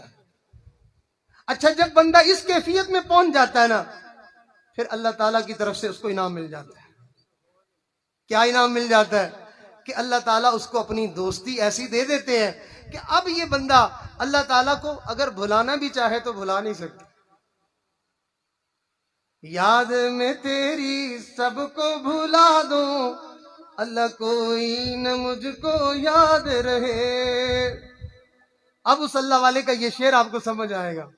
یاد میں تیری سب کو بھلا دوں کوئی نہ مجھ کو یاد رہے، تجھ پہ سب گھر بار لٹا دوں خانہ دل آباد رہے، سب خوشیوں کو میں آگ لگا دوں غم سے تیرے دل شاد رہے، نظر سے اپنی سب کو گرا دوں فقط تجھ سے فریاد رہے، اب تو رہے بس تاد میں آخر ورد زباں اے میرے الہ، لا الہ الا اللہ، لا الہ الا اللہ۔ ہمارے جیسا بندہ مر رہا ہو، لوگ آ کے اس کو کہتے ہیں کلمہ پڑھ لو، لا الہ الا اللہ پڑھ لو، اور یہ بندہ یہ تو مرتے مرتے اس کی زبان پہ اللہ کا نام بند ہی نہیں ہوتا۔ چنانچہ ہمارے حضرت نے واقعہ سنایا، ہمارے سلسلے کے بزرگ تھے حضرت شیخ العربی والعجم مولانا عبد الغفور عباسی مدنی رحمت اللہ علیہ۔ اب حضرت کی وفات ہو گئی، ڈاکٹر جو ہے وہ آ کے چیک کر رہے ہیں، حضرت کے دل کے اوپر جو ہے وہ لگا کے دیکھتے ہیں تو دل جو ہے وہ دھڑک رہا ہے، نبض دیکھتے ہیں تو وہ رکی ہوئی ہے، سمجھ میں نہیں آتی کہ کیا معاملہ ہے۔ حضرت فرماتے ہیں ڈاکٹروں نے ان کو مدینہ طیبہ میں حضرت رہتے تھے 9 گھنٹے تک انہوں نے حضرت کو غسل نہیں دینے دیا، وہ کہتے تھے بندہ زندہ ہے۔ بعد میں پھر حضرت کے جو خلفاء تھے وہ جمع ہوئے، انہوں نے کہا کہ یہ دل اللہ کے نام سے زندہ ہو چکا ہے، جو نام اللہ کے نام سے زندہ ہو اس کو کبھی موت نہیں آیا کرتی ہے۔ یہ تو چلو کچھ پرانا واقعہ۔ ہمارے حضرت کے ایک خادم تھے، پہلے عام دنیا دار، بیرون ممالک میں جو ہے وہ ہوٹلنگ کرتے تھے، کاروبار کرتے تھے، کلین شیو تھے، اللہ کی شان۔ حضرت کی مجلس میں آئے، توبہ کر لی، بیعت ہو گئے، اللہ اللہ سیکھنا شروع کر دیا، حضرت کی خدمت میں رہتے تھے۔ حضرت نے ان کو ایک جگہ پر خدمت کے لیے بھیجا تو وہ گاڑی میں جا رہے تھے، راستے میں حادثہ ہو گیا، تو حادثے میں ان کا جو ہے وہ سر جو ہے وہ درخت کے ساتھ جا کے ٹکرایا، تیز رفتار گاڑی تھی، تو وہیں جو ہے اسی وقت ان کی جو ہے وہ موت واقع ہو گئی۔ اب ساتھی جلدی سے جو ہے وہ ہسپتال لے گئے۔ حضرت فرماتے ہیں 1-1.5 گھنٹے کے بعد ہم بھی چلے گئے۔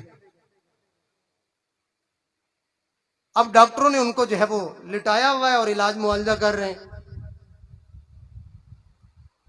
1 دن گزر گیا، 2 دن گزر گئے، 3 دن گزر گئے۔ حضرت فرماتے ہیں 3 دن گزر گئے تھے اور اس بندے کا دل جو ہے وہ مسلسل اپنے کام میں لگا ہوا ہے۔ ڈاکٹر ٹیمیں آ رہی ہیں، ادھر سے بلا، ادھر سے بلا، ادھر سے ٹیسٹ کر، ادھر سے ٹیسٹ کر۔ ڈاکٹر کہتے تھے ہماری عقل حیران ہو گئی کہ یہ کیا ماجرا کیا ہے۔ تو حضرت فرمانے لگے، ہم بھی خاموش رہے کہ اچھا بھائی تم لگا لو زور۔ فرماتے جب 3 دن انہوں نے زور لگایا تو میں نے سارے ڈاکٹروں کو جمع کیا، میں نے کہا کہ بھائی میری بات سنو، یہ اس بندے کا دل اللہ کے نام سے زندہ ہو چکا ہے، اب یہ مرنے والا نہیں ہے، لہٰذا تم اس کو ہمارے حوالے کر دو۔ فرمایا اسی اللہ اللہ کے نام کے ساتھ دھڑکتے ہوئے دل کے ساتھ ہم نے اپنے اس بھائی کو نہلایا، غسل دیا اور اس کو اللہ کے حوالے کر دیا۔ جی ہاں، یہ دل جب اللہ کے نام پہ زندہ ہو جاتا ہے پھر اس کو موت نہیں آیا کرتی ہے۔ تو کاش کہ ہم یہ دل اللہ کے نام پہ اس کے اوپر محنت کریں، یہ دل زندہ ہو جائے گا۔ یہ آپ کا بھی زندہ ہو سکتا ہے، یہ ہم سب کا زندہ ہو سکتا ہے۔ آپ خود گواہی دیں گے کہ میرے دل سے اللہ اللہ کی آواز آتی ہے۔ تو لہٰذا جو بندہ اللہ کا ذکر کرنے میں مشغول ہو جائے تو اللہ تعالیٰ اس کو فرماتے ہیں میرے بندے، توجہ فرمائیے گا، اللہ فرماتے ہیں میرے بندے فَاذْكُرُونِي اذکرکم، تم مجھے یاد کرنا میں تمہیں یاد کروں گا۔ اللہ میں تو آپ کو کہوں گا اللہ اللہ اللہ، تو آپ مجھے کیسے یاد کریں گے؟ اللہ فرماتے ہیں میرے بندے تو مجھے میرے نام کے ساتھ، میری عبادت کے ساتھ یاد کرنا، میں تجھے اپنی نعمتوں کے ساتھ یاد رکھوں گا۔ میرے بندے تم معذرت کے ساتھ مجھے یاد کرنا، میں تجھے مغفرت کے ساتھ یاد کروں گا۔ میرے بندے تو مجھے شکر کے ذریعے سے یاد رکھنا، میں تجھے اپنی نعمتوں کے زیادہ کرنے کے ساتھ یاد کروں گا۔ میرے بندے تو مجھے وفاؤں سے یاد کرنا، میں تجھے جزاؤں سے یاد کروں گا۔ میرے بندے تو مجھے تنہائیوں میں یاد کرنا، میں بھی اپنے جی میں تجھے یاد کروں گا۔ میرے بندے تو لوگوں میں بیٹھ کے مجھے یاد کرنا، میں لوگوں سے بہتر جماعت فرشتوں میں تجھے یاد کروں گا۔ میرے بندے تو زندگی میں مجھے یاد کرنا، میں موت کے وقت اور قبر میں تجھے یاد رکھوں گا۔ میرے بندے تو دنیا میں مجھے یاد کرنا، میں تجھے آخرت میں یاد کروں گا۔ فَاذْكُرُونِي اذْكُرْكُمْ، آج ہم اللہ کو یاد کرنے کی مشق بنا لیں۔ آج موقع ہے، آج وقت ہے، اس دولت کو ہم حاصل کر لیں کہ ہم نے اللہ کی یاد میں زندگی گزارنی ہے۔ اللہ فرماتے ہیں میرے بندے تو نے میرے ساتھ انصاف نہیں کیا۔ اللہ فرماتے ہیں بندے میں نے تجھے یاد رکھا اور تو نے مجھے بھلا دیا۔ میرے بندے تو نے میرے ساتھ انصاف نہیں کیا، میں نے تجھے یاد رکھا اور تو نے مجھے بھلا دیا۔ میرے بندے تو نے میرے ساتھ انصاف نہیں کیا کہ میں جو ہے وہ تیری مصیبتوں کو ہٹانے میں لگا رہا اور تو گناہوں پہ جمع رہا۔ تو میرے دوستو آئیے، زندگی ہے، موقع ہے، وقت ہے، ابھی کچھ گیا نہیں ہے۔ موت کے آنے سے پہلے جو اللہ کی بارگاہ میں لوٹ آئے، جو اللہ سے صلح کر لے، جو اللہ سے عہد کر لے، جو اللہ کے ساتھ اپنی دوستی لگانے کی نیت اور ارادہ کر لے۔ ہم روز سن رہے ہیں، آج ادھر سے خبر، آج ادھر سے خبر، کل ادھر سے خبر، ہر طرف سے خبریں آ رہی ہیں، وہ گیا اور وہ گیا۔ ارے میاں، ایک دن ہمارے بارے میں بھی لوگ کہیں گے وہ گیا۔ کوئی بھول گیا مقصد آمن دا، کوئی بھول گیا مقصد آمن دا، کوئی مقصد نو کر کے حل چلیا۔ ایتھے ہر کوئی مسافر غلام فریدا، کوئی آج چلیا تے کوئی کل چلیا۔ اچھا جانے والا وہ ہے جو جانے سے پہلے اللہ کے ساتھ دوستی کر جائے۔ تو کیوں بھئی سب دوست اللہ کے ساتھ دوستی کرنے کے لیے تیار ہیں؟ انشاءاللہ تمام دوست جو ہے وہ نیت کریں، ہم انشاءاللہ اللہ کی یاد کو دل میں بسائیں گے، ہم انشاءاللہ محنت کریں گے، اللہ کا ذکر کثرت سے کریں گے، اہتمام کے ساتھ کریں گے۔ ارے ہمیں اس ذکر پر کچھ بھی نہ ملے، صرف ایک اللہ ہی مل جائے تو کیا یہ سستا سودا ہے؟ کیا یہ جو ہے وہ کم قیمت سودا ہے؟ تو جبکہ اس ذکر کی وجہ سے انسان کو برکتیں الگ ملتی ہیں، سکون الگ ملتا ہے، عزت الگ ملتی ہے، خوشیاں الگ ملتی ہیں، فراوانیاں الگ ملتی ہیں، مخلوق کی اطاعت الگ ملتی ہے، شفا الگ ملتی ہے، صحت والی اور سکون والی زندگی الگ ملتی ہے۔ نہ جانے کتنے کتنے انعامات کے دروازے اس بندے کے اوپر اللہ تعالیٰ کی طرف سے کھول دیے جاتے ہیں۔ تو اللہ ہمیں اس ذکر والے راستے کو اختیار کرنے کی توفیق عطا فرمائے۔ جو حضرات بھی پہلے سے سلسلے سے وابستہ ہیں تو ان کو چاہیے وہ آج سے نیت کریں۔ ہم باقاعدہ سلسلے میں بیعت ہونے کا جو مقصد ہے ذکر کی محنت، اس کو ہم کریں گے، اور جو اب سے سلسلے میں شامل ہو کر ذکر کی محنت کو کرنا چاہتے ہیں وہ دل میں نیت کر لیں، ارادہ کر سے سلسلے میں شامل ہو جائیں۔ باقی میرے تمام دوست جو ہے وہ اس موقع کو غنیمت جانتے ہوئے اللہ کی بارگاہ میں توبہ کر لیں، اللہ تعالیٰ سے معافی مانگ لیں۔ آج کی مانگی ہوئی معافی، آج کی ہوئی توبہ انشاءاللہ کل قیامت کے دن ہمارے لیے جنت کی بشارتیں ملنے کا سبب بن جائے گی۔ اللہ رب العزت سے دعا ہے اللہ ہم سب کا آنا، مل بیٹھنا، کہنا سننا سب اپنی بارگاہ میں قبول فرمائے۔ وآخر دعوانا ان الحمد للہ رب العالمین۔ سب حضرات توبہ کی نیت سے اور جو سلسلے میں شامل ہونا چاہیں وہ بیعت ہونے کی نیت سے تو ان کلمات کو پڑھیں گے۔ پہلے خطبہ سن لیجئے، جو کلمات پڑھائے جائیں وہ سچے دل سے پیچھے پیچھے پڑھتے جائیے۔ الحمدللہ وکفی وسلام علی عبادہ الذین اصطفی، اما بعد۔ یہ کلمات پڑھیے۔ اعوذ باللہ من الشیطان الرجیم۔ اس جذبے سے اور اس نیت سے کہ میں آج اپنے اللہ کے ساتھ صلح کر رہا ہوں، میں ایک مجرم آج اپنے رب سے معافی مانگ رہا ہے۔ بسم اللہ الرحمن الرحیم۔ لا الہ، سارے دوست اونچی آواز سے پڑھے، لا الہ الا اللہ محمد الرسول اللہ۔ آمنت باللہ وملائکتہ وکتبہ ورسلہ والیوم الآخر والقدر خیرہ وشرہ من اللہ تعالی والبعث بعد الموت۔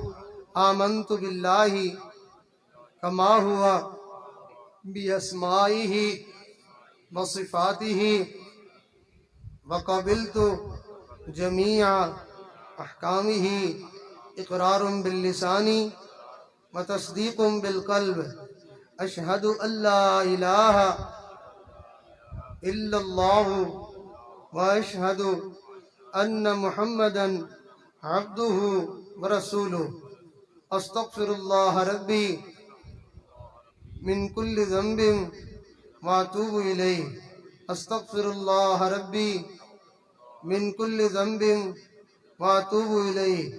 استغفر اللہ ربی من کل ذنب واتوب الیہ برحمتک یا ارحم الراحمین۔ ان کلمات کے پڑھنے سے اب ہم توبہ طائب ہو چکے ہیں، اور جنہوں نے بیعت کی نیت کی ہے وہ سلسلہ عالیہ نقشبندیہ مجددیہ میں بیعت ہو چکے ہیں۔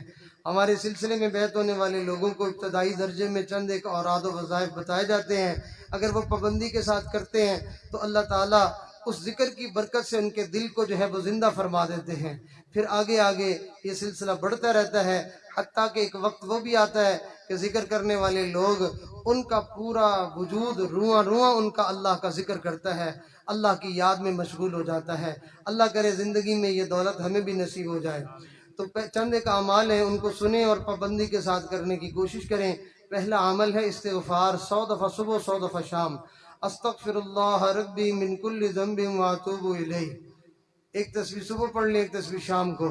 دوسرا عمل ہے درود شریف، 100 مرتبہ صبح 100 مرتبہ شام، اللہم صلی علی سیدنا محمد وعلی آل سیدنا محمد مبارک وسلم، ایک تسبیح صبح ایک تسبیح شام۔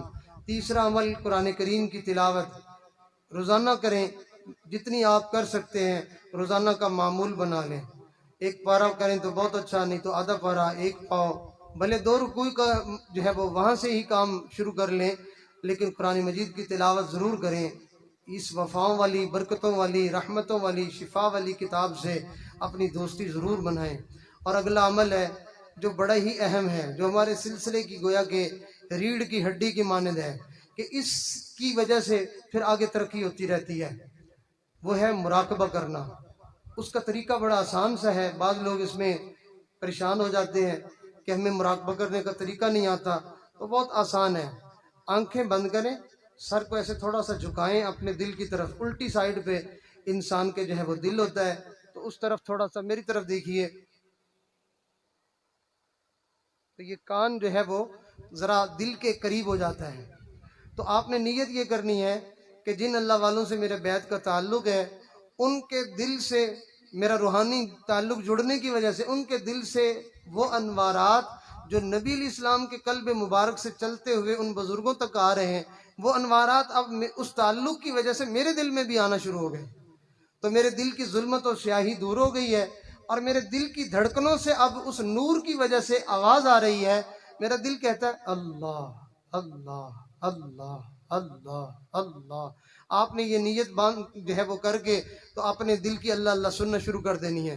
آپ کا خیال ادھر جائے پھر اس طرف لے آئیں کہ میرا دل اللہ اللہ کر رہا ہے، ادھر جائے پھر آپ لے آئیں، تو یہ تھوڑی سی آپ کو جو گویا کہ اس میں مشقت ہوگی، لیکن کچھ دنوں کے بعد آہستہ آہستہ آپ کے دل کی طرف آپ کا دھیان جمنا شروع ہو جائے گا۔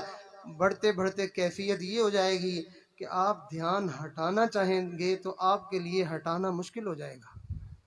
اللہ کے نام کی جب لذت آپ کو نصیب ہوگی تو پھر آپ کے لیے اللہ کے ذکر سے اپنے آپ کو غافل کرنا مشکل ہو جائے گا۔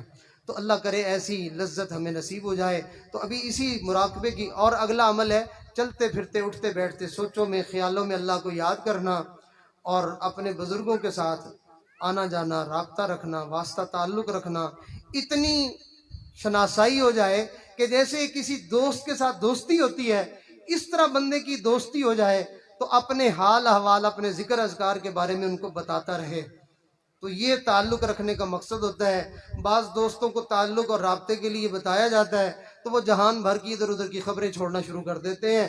ارے میاں ڈاکٹر کو آپ گھر کے قصے نہ سنایا کریں، ڈاکٹر سے جو آپ نے دوائی لی ہے آپ اس کے بارے میں بتائیں کہ میں نے دوائی کھائی تو اس کا مجھے کیا فائدہ ہوا یا نقصان ہوا، جو کیفیت ہوئی وہ بتائیں اس کو۔ اپنے جو ہے وہ شادی بیاہ کے، اپنے غمی خوشی کے وہ سارے قصے کہانے ڈاکٹر کو جا کے نہیں سنانے ہوتے۔ ایسے ہی اللہ والوں کو اپنے دل کا حال بتانا ہوتا ہے، جہان بھر کی خبریں نہیں سنانی ہوتی، اس لیے کہ ہم ان سے اللہ کا تعلق سیکھ رہے ہیں، وہی سبق بس بتائیں۔ اللہ کا تعلق جب ہمیں مل جائے گا تو یہ سارے مسئلے ہمارے خود بخود حل ہو جائیں گے۔ اللہ تعالی ہم سب کو اپنی محبت اور تعلق نصیب فرمائے۔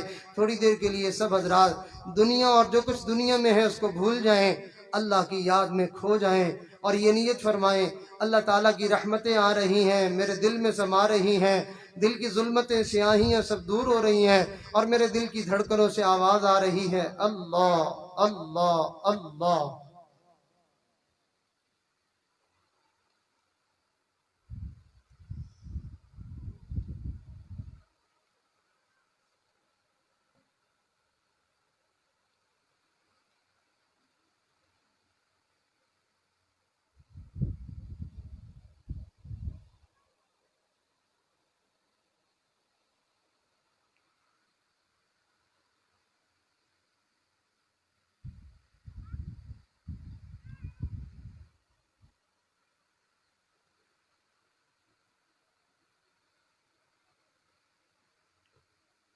اللہ اللہ اللہ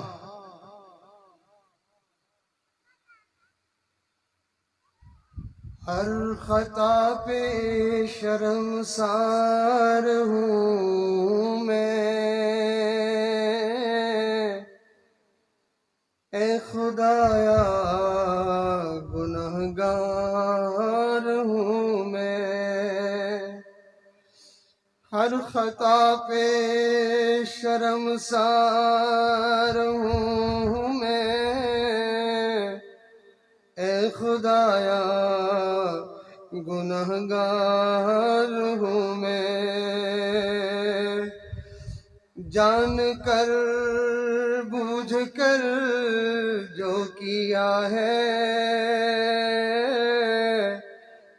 پتہ مجھ کو اس کی سزا ہے، جان کر بوجھ کر جو کیا ہے پتہ مجھ کو اس کی سزا ہے، تیری چوکٹ پہ سر نہ جھکایا، بس زمانے کو اپنا بنایا، تیری چوکٹ پہ سر نہ جھکایا، بس زمانے کو اپنا بنایا، تیری رحمت کا تو ہی آسرا ہے، تجھ سے کہنے کو اب کچھ نہ بچا ہے، تیری رحمت کا ہی تو آسرا ہے، تجھ سے کہنے کو کچھ اب نہ بچا ہے، میرے سجدوں پہ ایسی نظر کر، میں اندھیروں میں ہوں تو سحر کر، میرے سجدوں پہ ایسی نظر کر، میں اندھیروں میں ہوں تو سحر کر، ان دعاؤں میں ایسا اثر دے، ان دعاؤں میں ایسا اثر دے، رب کعبہ ہمیں معاف کر دے، رب کعبہ ہمیں معاف کر دے، نیکیوں سے مجھے جوڑ دے تو، نیکیوں سے مجھے جوڑ دے تو، نیکوں سے مجھے جوڑ دے تو، پھر سے رخ ادھر موڑ دے تو، پھر سے میرا رخ ادھر موڑ دے تو، ایسا رستہ مجھے دکھا تو، ہر خطا پہ شرمسار ہوں میں، اے خدایا گنہگار ہوں میں، ماں سے بڑھ کے پیار تیرا، ماں سے بڑھ کے ہے پیار تیرا، تیرے سوا ہے کون میرا، ماں سے بڑھ کر ہے پیار تیرا، تیرے سوا ہے کون میرا، گر نہ جاؤں میں، گر نہ جاؤں مجھے اٹھا، گر نہ جاؤں میں مجھے اٹھا، گر نہ جاؤں میں مجھے اٹھا، رب کعبہ مجھے معاف کر دے، ہر خطا پہ شرمسار ہوں میں، اے خدایا گنہگار ہوں میں، جان کر بوجھ کر جو کیا ہے پتہ مجھ کو اس کی سزا ہے، میرے آنسو سوالی ہے تیرے، میرے آنسو سوالی ہے تیرے، گر رہے ہیں جو دامن میں میرے، میرے آنسو سوالی ہے تیرے، گر رہے ہیں جو دامن میں میرے، اب تو سن لے میری اے خدا، اب تو سن لے میری اے خدا، گر نہ جاؤں مجھے اٹھا، گر نہ جاؤں مجھے اٹھا، تیری چوکھٹ پہ سر نہ جھکایا، بس زمانے کو اپنا بنایا، بس زمانے کو اپنا بنایا، اللہ اللہ اللہ اللہ اللہ اللہ اللہ اللہ اللہ اللہ اللہ اللہ۔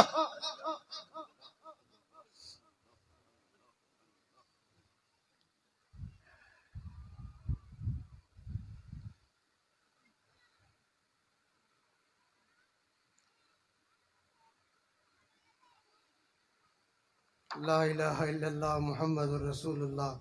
دوستو آؤ اللہ کی منت کر لیں۔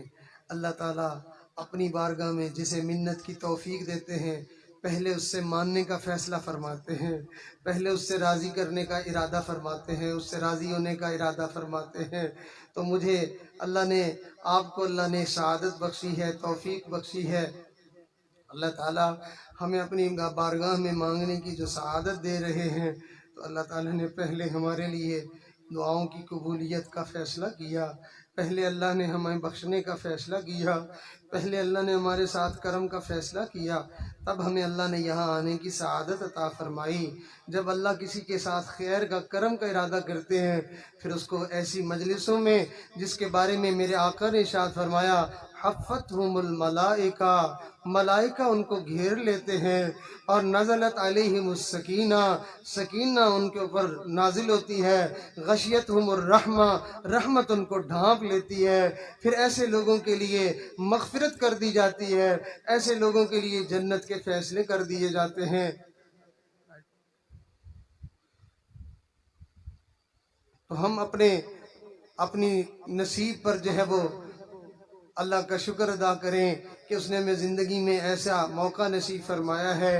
ایسے موقع جب زندگی میں ملیں تو ان کو جو ہے وہ اتفاق نہ سمجھیں، ان کو حادثاتی موقع نہ سمجھیں، بلکہ اپنے اللہ کا خصوصی کرم اور خصوصی مہربانی سمجھیں کہ اس نے مجھے زندگی میں ایک بار پھر ایسا موقع دے دیا۔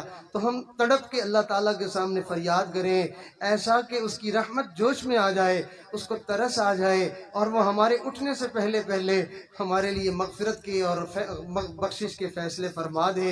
سبحان ربی العلی الاعلی الوہاب، اللہم صلی علی سیدنا محمد وعلی آل سیدنا محمد وبارک وسلم۔ ربنا ظلمنا انفسنا وان لم تغفر لنا وترحمنا لنکونن من الخاسرین۔ اللہ ہم تیرے عاجز، مسکین، محتاج، فقیر، گنہگار بندے ہیں، ظاہر میں بندے ہیں، مگر اندر سے تو ویسے ہی گندے ہیں جیسے آپ نے فرمایا میرے بندے تو نے میرے ساتھ وفا نہیں کی ہے، میں نے تجھے اپنی طرف بلایا اور تو غیروں کی طرف چلا گیا، میں نے تجھے یاد رکھا اور تو نے مجھے بھلا دیا، میرے بندے میں نے تجھے مصیبتوں سے نکالا اور تو میری نافرمانیوں پہ جمع رہا۔ اللہ آپ سچے ہیں، اللہ آپ نے سچ فرمایا، اللہ ہم آپ کی سچائی پر اللہ ہم تصدیق کرتے ہیں، میرے مولا آپ بالکل سچ فرما رہے ہیں، اللہ ہم نے ایسا ہی کیا ہے، ہم اپنے جرموں پر اقرار کرتے ہیں، اللہ ہم اقراری مجرم بن کے تیرے دربار میں معافی کے طلبگار بن کے آئے ہیں، ہم آپ سے معافی مانگتے ہیں، اللہ کوئی حجت نہیں، اللہ کوئی دلیل نہیں، کوئی عذر نہیں، اللہ کوئی جو ہے وہ بات نہیں، کوئی بہانہ نہیں، کچھ بھی نہیں ہے، ہم سچ مچ میں مجرم ہیں، ہم گنہگار ہیں، ہم خطا کار ہیں، ہم نے جان بوجھ کے تیری نافرمانیاں کی ہیں، ہم نے سوچتے سمجھتے ہوئے تجھے ناراض کیا ہے، اللہ ہم نے اپنے علم اور اپنے ارادے سے تیری نافرمانی کی ہے، اللہ کوئی عذر نہیں ہے، اے اللہ ہم اپنے جد امجد آدم علیہ السلام کی سنت پر عمل کرتے ہوئے جیسے انہوں نے کہا تھا ربنا ظلمنا انفسنا وَإِن لَّمْ تَغْفِرْ لَنَا وَتَرْحَمْنَا لَنَكُونَنَّ مِنَ الْخَاسِرِينَ، اے ہمارے رب ہم نے اپنی جانوں پر ظلم کیا ہے، وَإِن لَّمْ تَغْفِرْ لَنَا تو بخشش نہیں کرے گا، تو معاف نہیں کرے گا، وَتَرْحَمْنَا تو رحم نہیں کرے گا، تو ترس نہیں کرے گا، لَنَكُونَنَّ مِنَ الْخَاسِرِينَ ہم برباد ہونے والوں میں سے ہو جائیں گے۔ ربا کوئی ماں اپنے بچہ آگ میں جلتا کیسے گوارا کرے گی، کوئی ماں اپنا بچہ ڈوبتا کیسے برداشت کرے گی، آپ بڑے پیارے ہیں، آپ بڑے پیارے ہیں، ہم ڈوب رہے ہیں، ہم برباد ہو رہے ہیں، ہم جہنم کی طرف دوڑتے ہوئے جا رہے ہیں، ہمیں تو بچا لے، ہمیں تو بچا لے، ہمیں تو بچا لے، ہمیں تو بچا لے، ہمیں معاف کر دے، ہمیں بچا لے، ہمیں گناہوں سے بچا لے، میرے مولا ہم نے اپنے جسم کے ہر عضو سے تیری نافرمانی کی ہے، ہم نے زندگی کے ہر لمحے میں تجھے ناراض کیا ہے، ہم نے ہر حالت میں تیری نافرمانی کی ہے، ہم سچ مچ میں مجرم ہیں، ہم اقرار کرتے ہیں، اے اللہ ہم نے دنیا میں دیکھا جو اپنا جرم مان جائے، جو اپنی غلطی مان جائے اور پھر معافی کی اپیل کرے، لوگ کہتے ہیں میاں غلطی مان گیا ہے اب معافی بھی مانگ رہا ہے، اس کو معاف کر دو،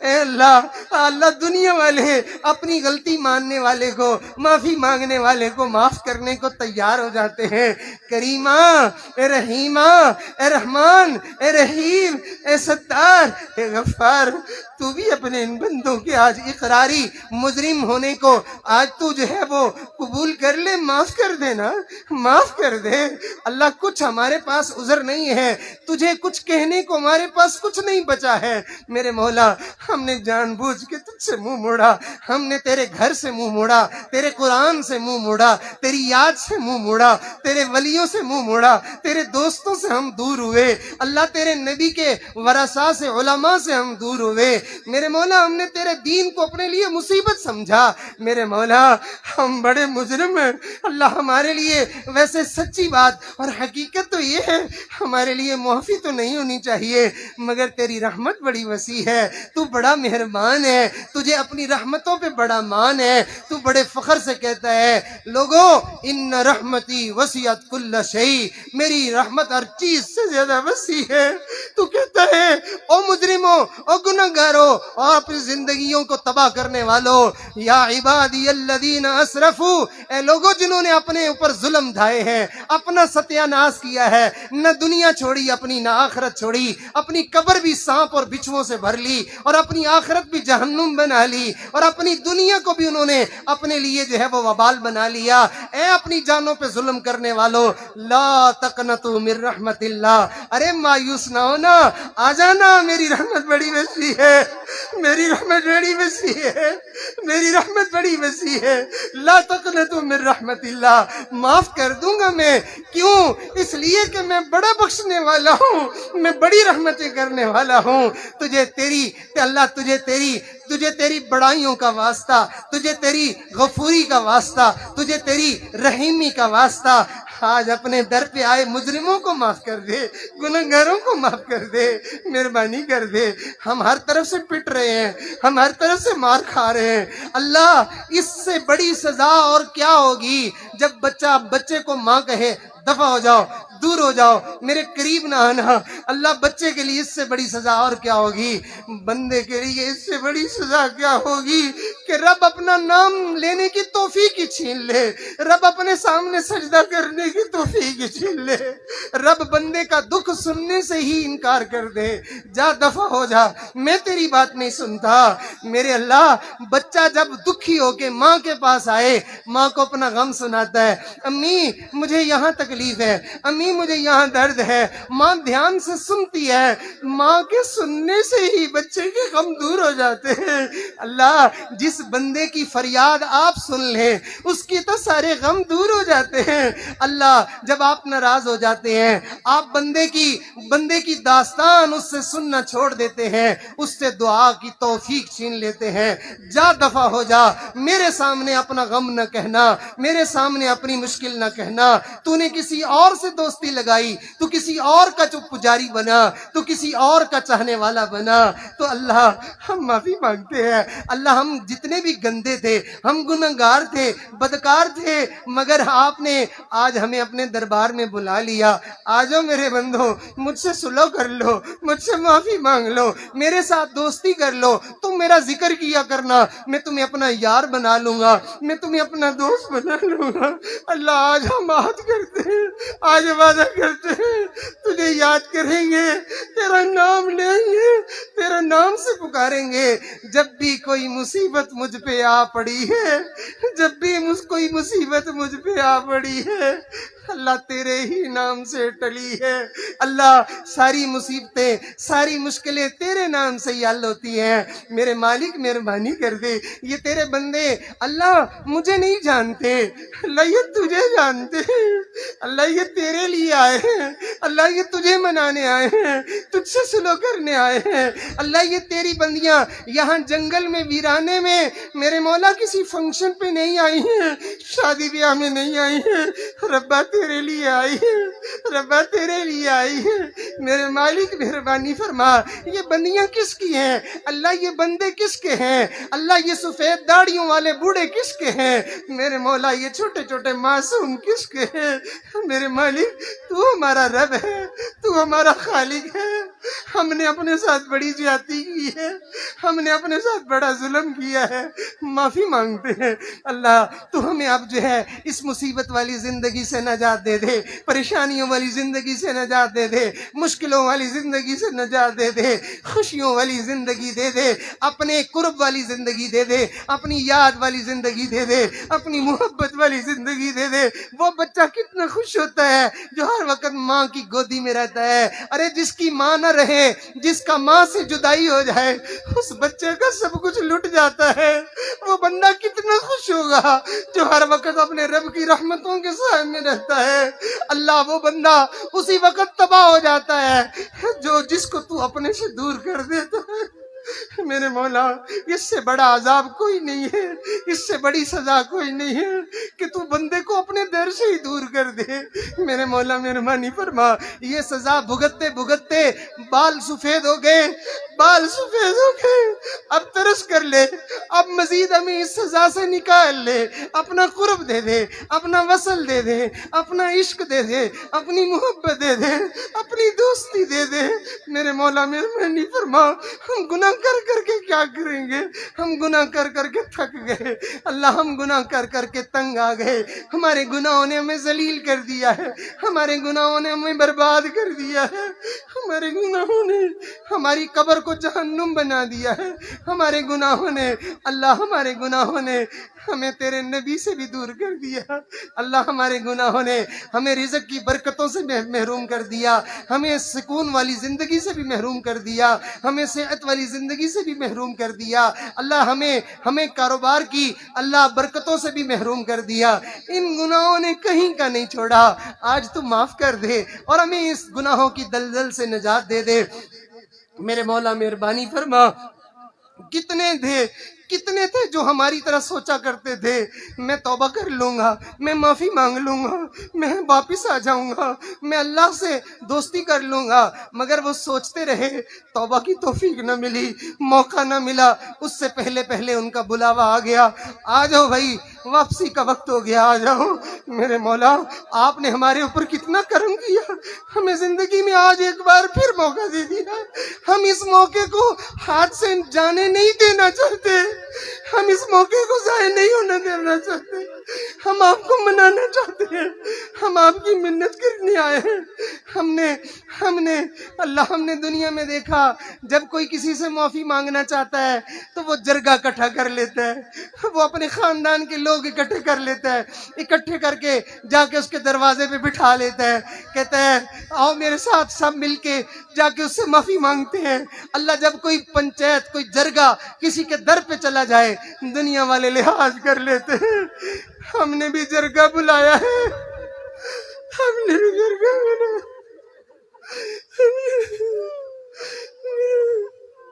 ہم نے لوگوں کو بلایا ہے، آج اور رب روٹھ گیا ہے، رب کو مناتے ہیں، رب کو راضی کر لیتے ہیں، اللہ راضی ہو جا، اللہ راضی ہو جا، اللہ راضی ہو جا، اللہ راضی ہو جا، تجھے تیرے کملی والے کا واسطہ، تجھے تیرے حبیب کا واسطہ، تجھے اس وضحا کے بکھڑے والے کا واسطہ، جس کے چہرے کی قسمیں تو نے کھائی ہیں، اللہ جس کے چہرے کی تو نے قسمیں کھائی ہیں، تجھے اس نبی کا واسطہ، اللہ تیرے نبی نے فرمایا تھا میری امت کے لوگوں گناہوں کی وجہ سے مجھے میرے رب کے سامنے قیامت کے دن شرمندہ نہ کرنا، اللہ ہمیں تو نے معاف نہ کیا، ہم تیرے نبی کی کہیں شرمندگی کا سبب نہ بن جائے،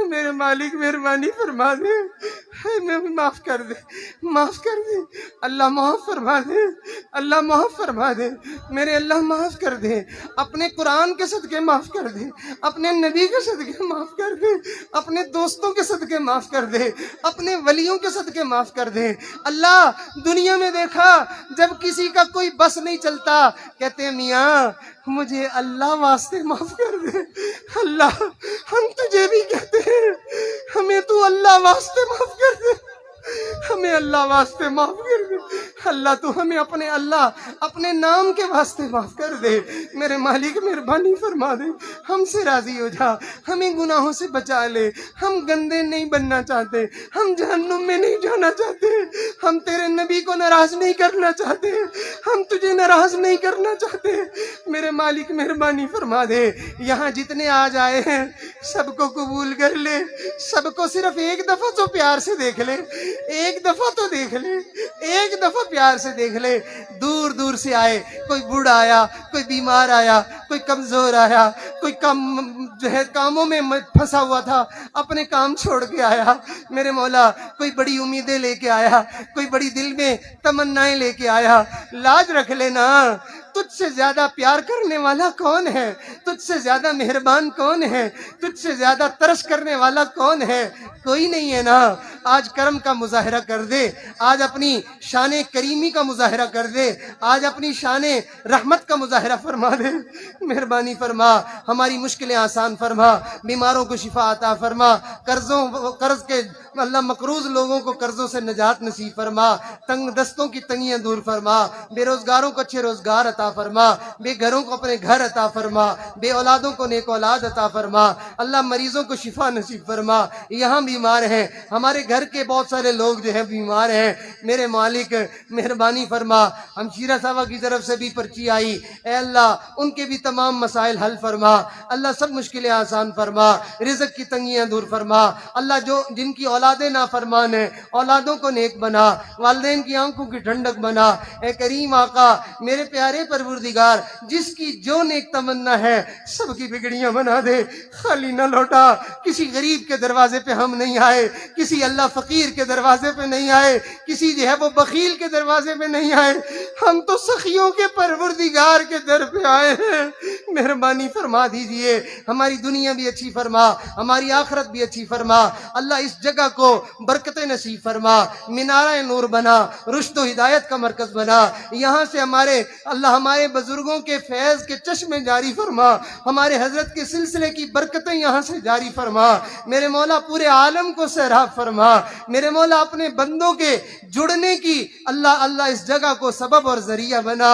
جو تیرے بندے یہاں آئے ان کا تعلق تجھ سے جڑ جائے, وہ تیرے ساتھ محبت کرنے والے بن جائیں. میرے مولا مہربانی فرما, رحمت کی ایک نظر فرما. اللہ جو مانگا وہ بھی عطا فرما, نہیں مانگا وہ بھی عطا فرما. بہت سارے لوگوں نے فون کیے, وعدے لیے, ہمیں دعاؤں کے لیے کہا. اے اللہ سب کو ہماری ان دعاؤں میں شامل فرما. ہمارے والدین عزیز و قارب رشتہ دار جو فوت ہو گئے اللہ ان کی مغفرت فرما.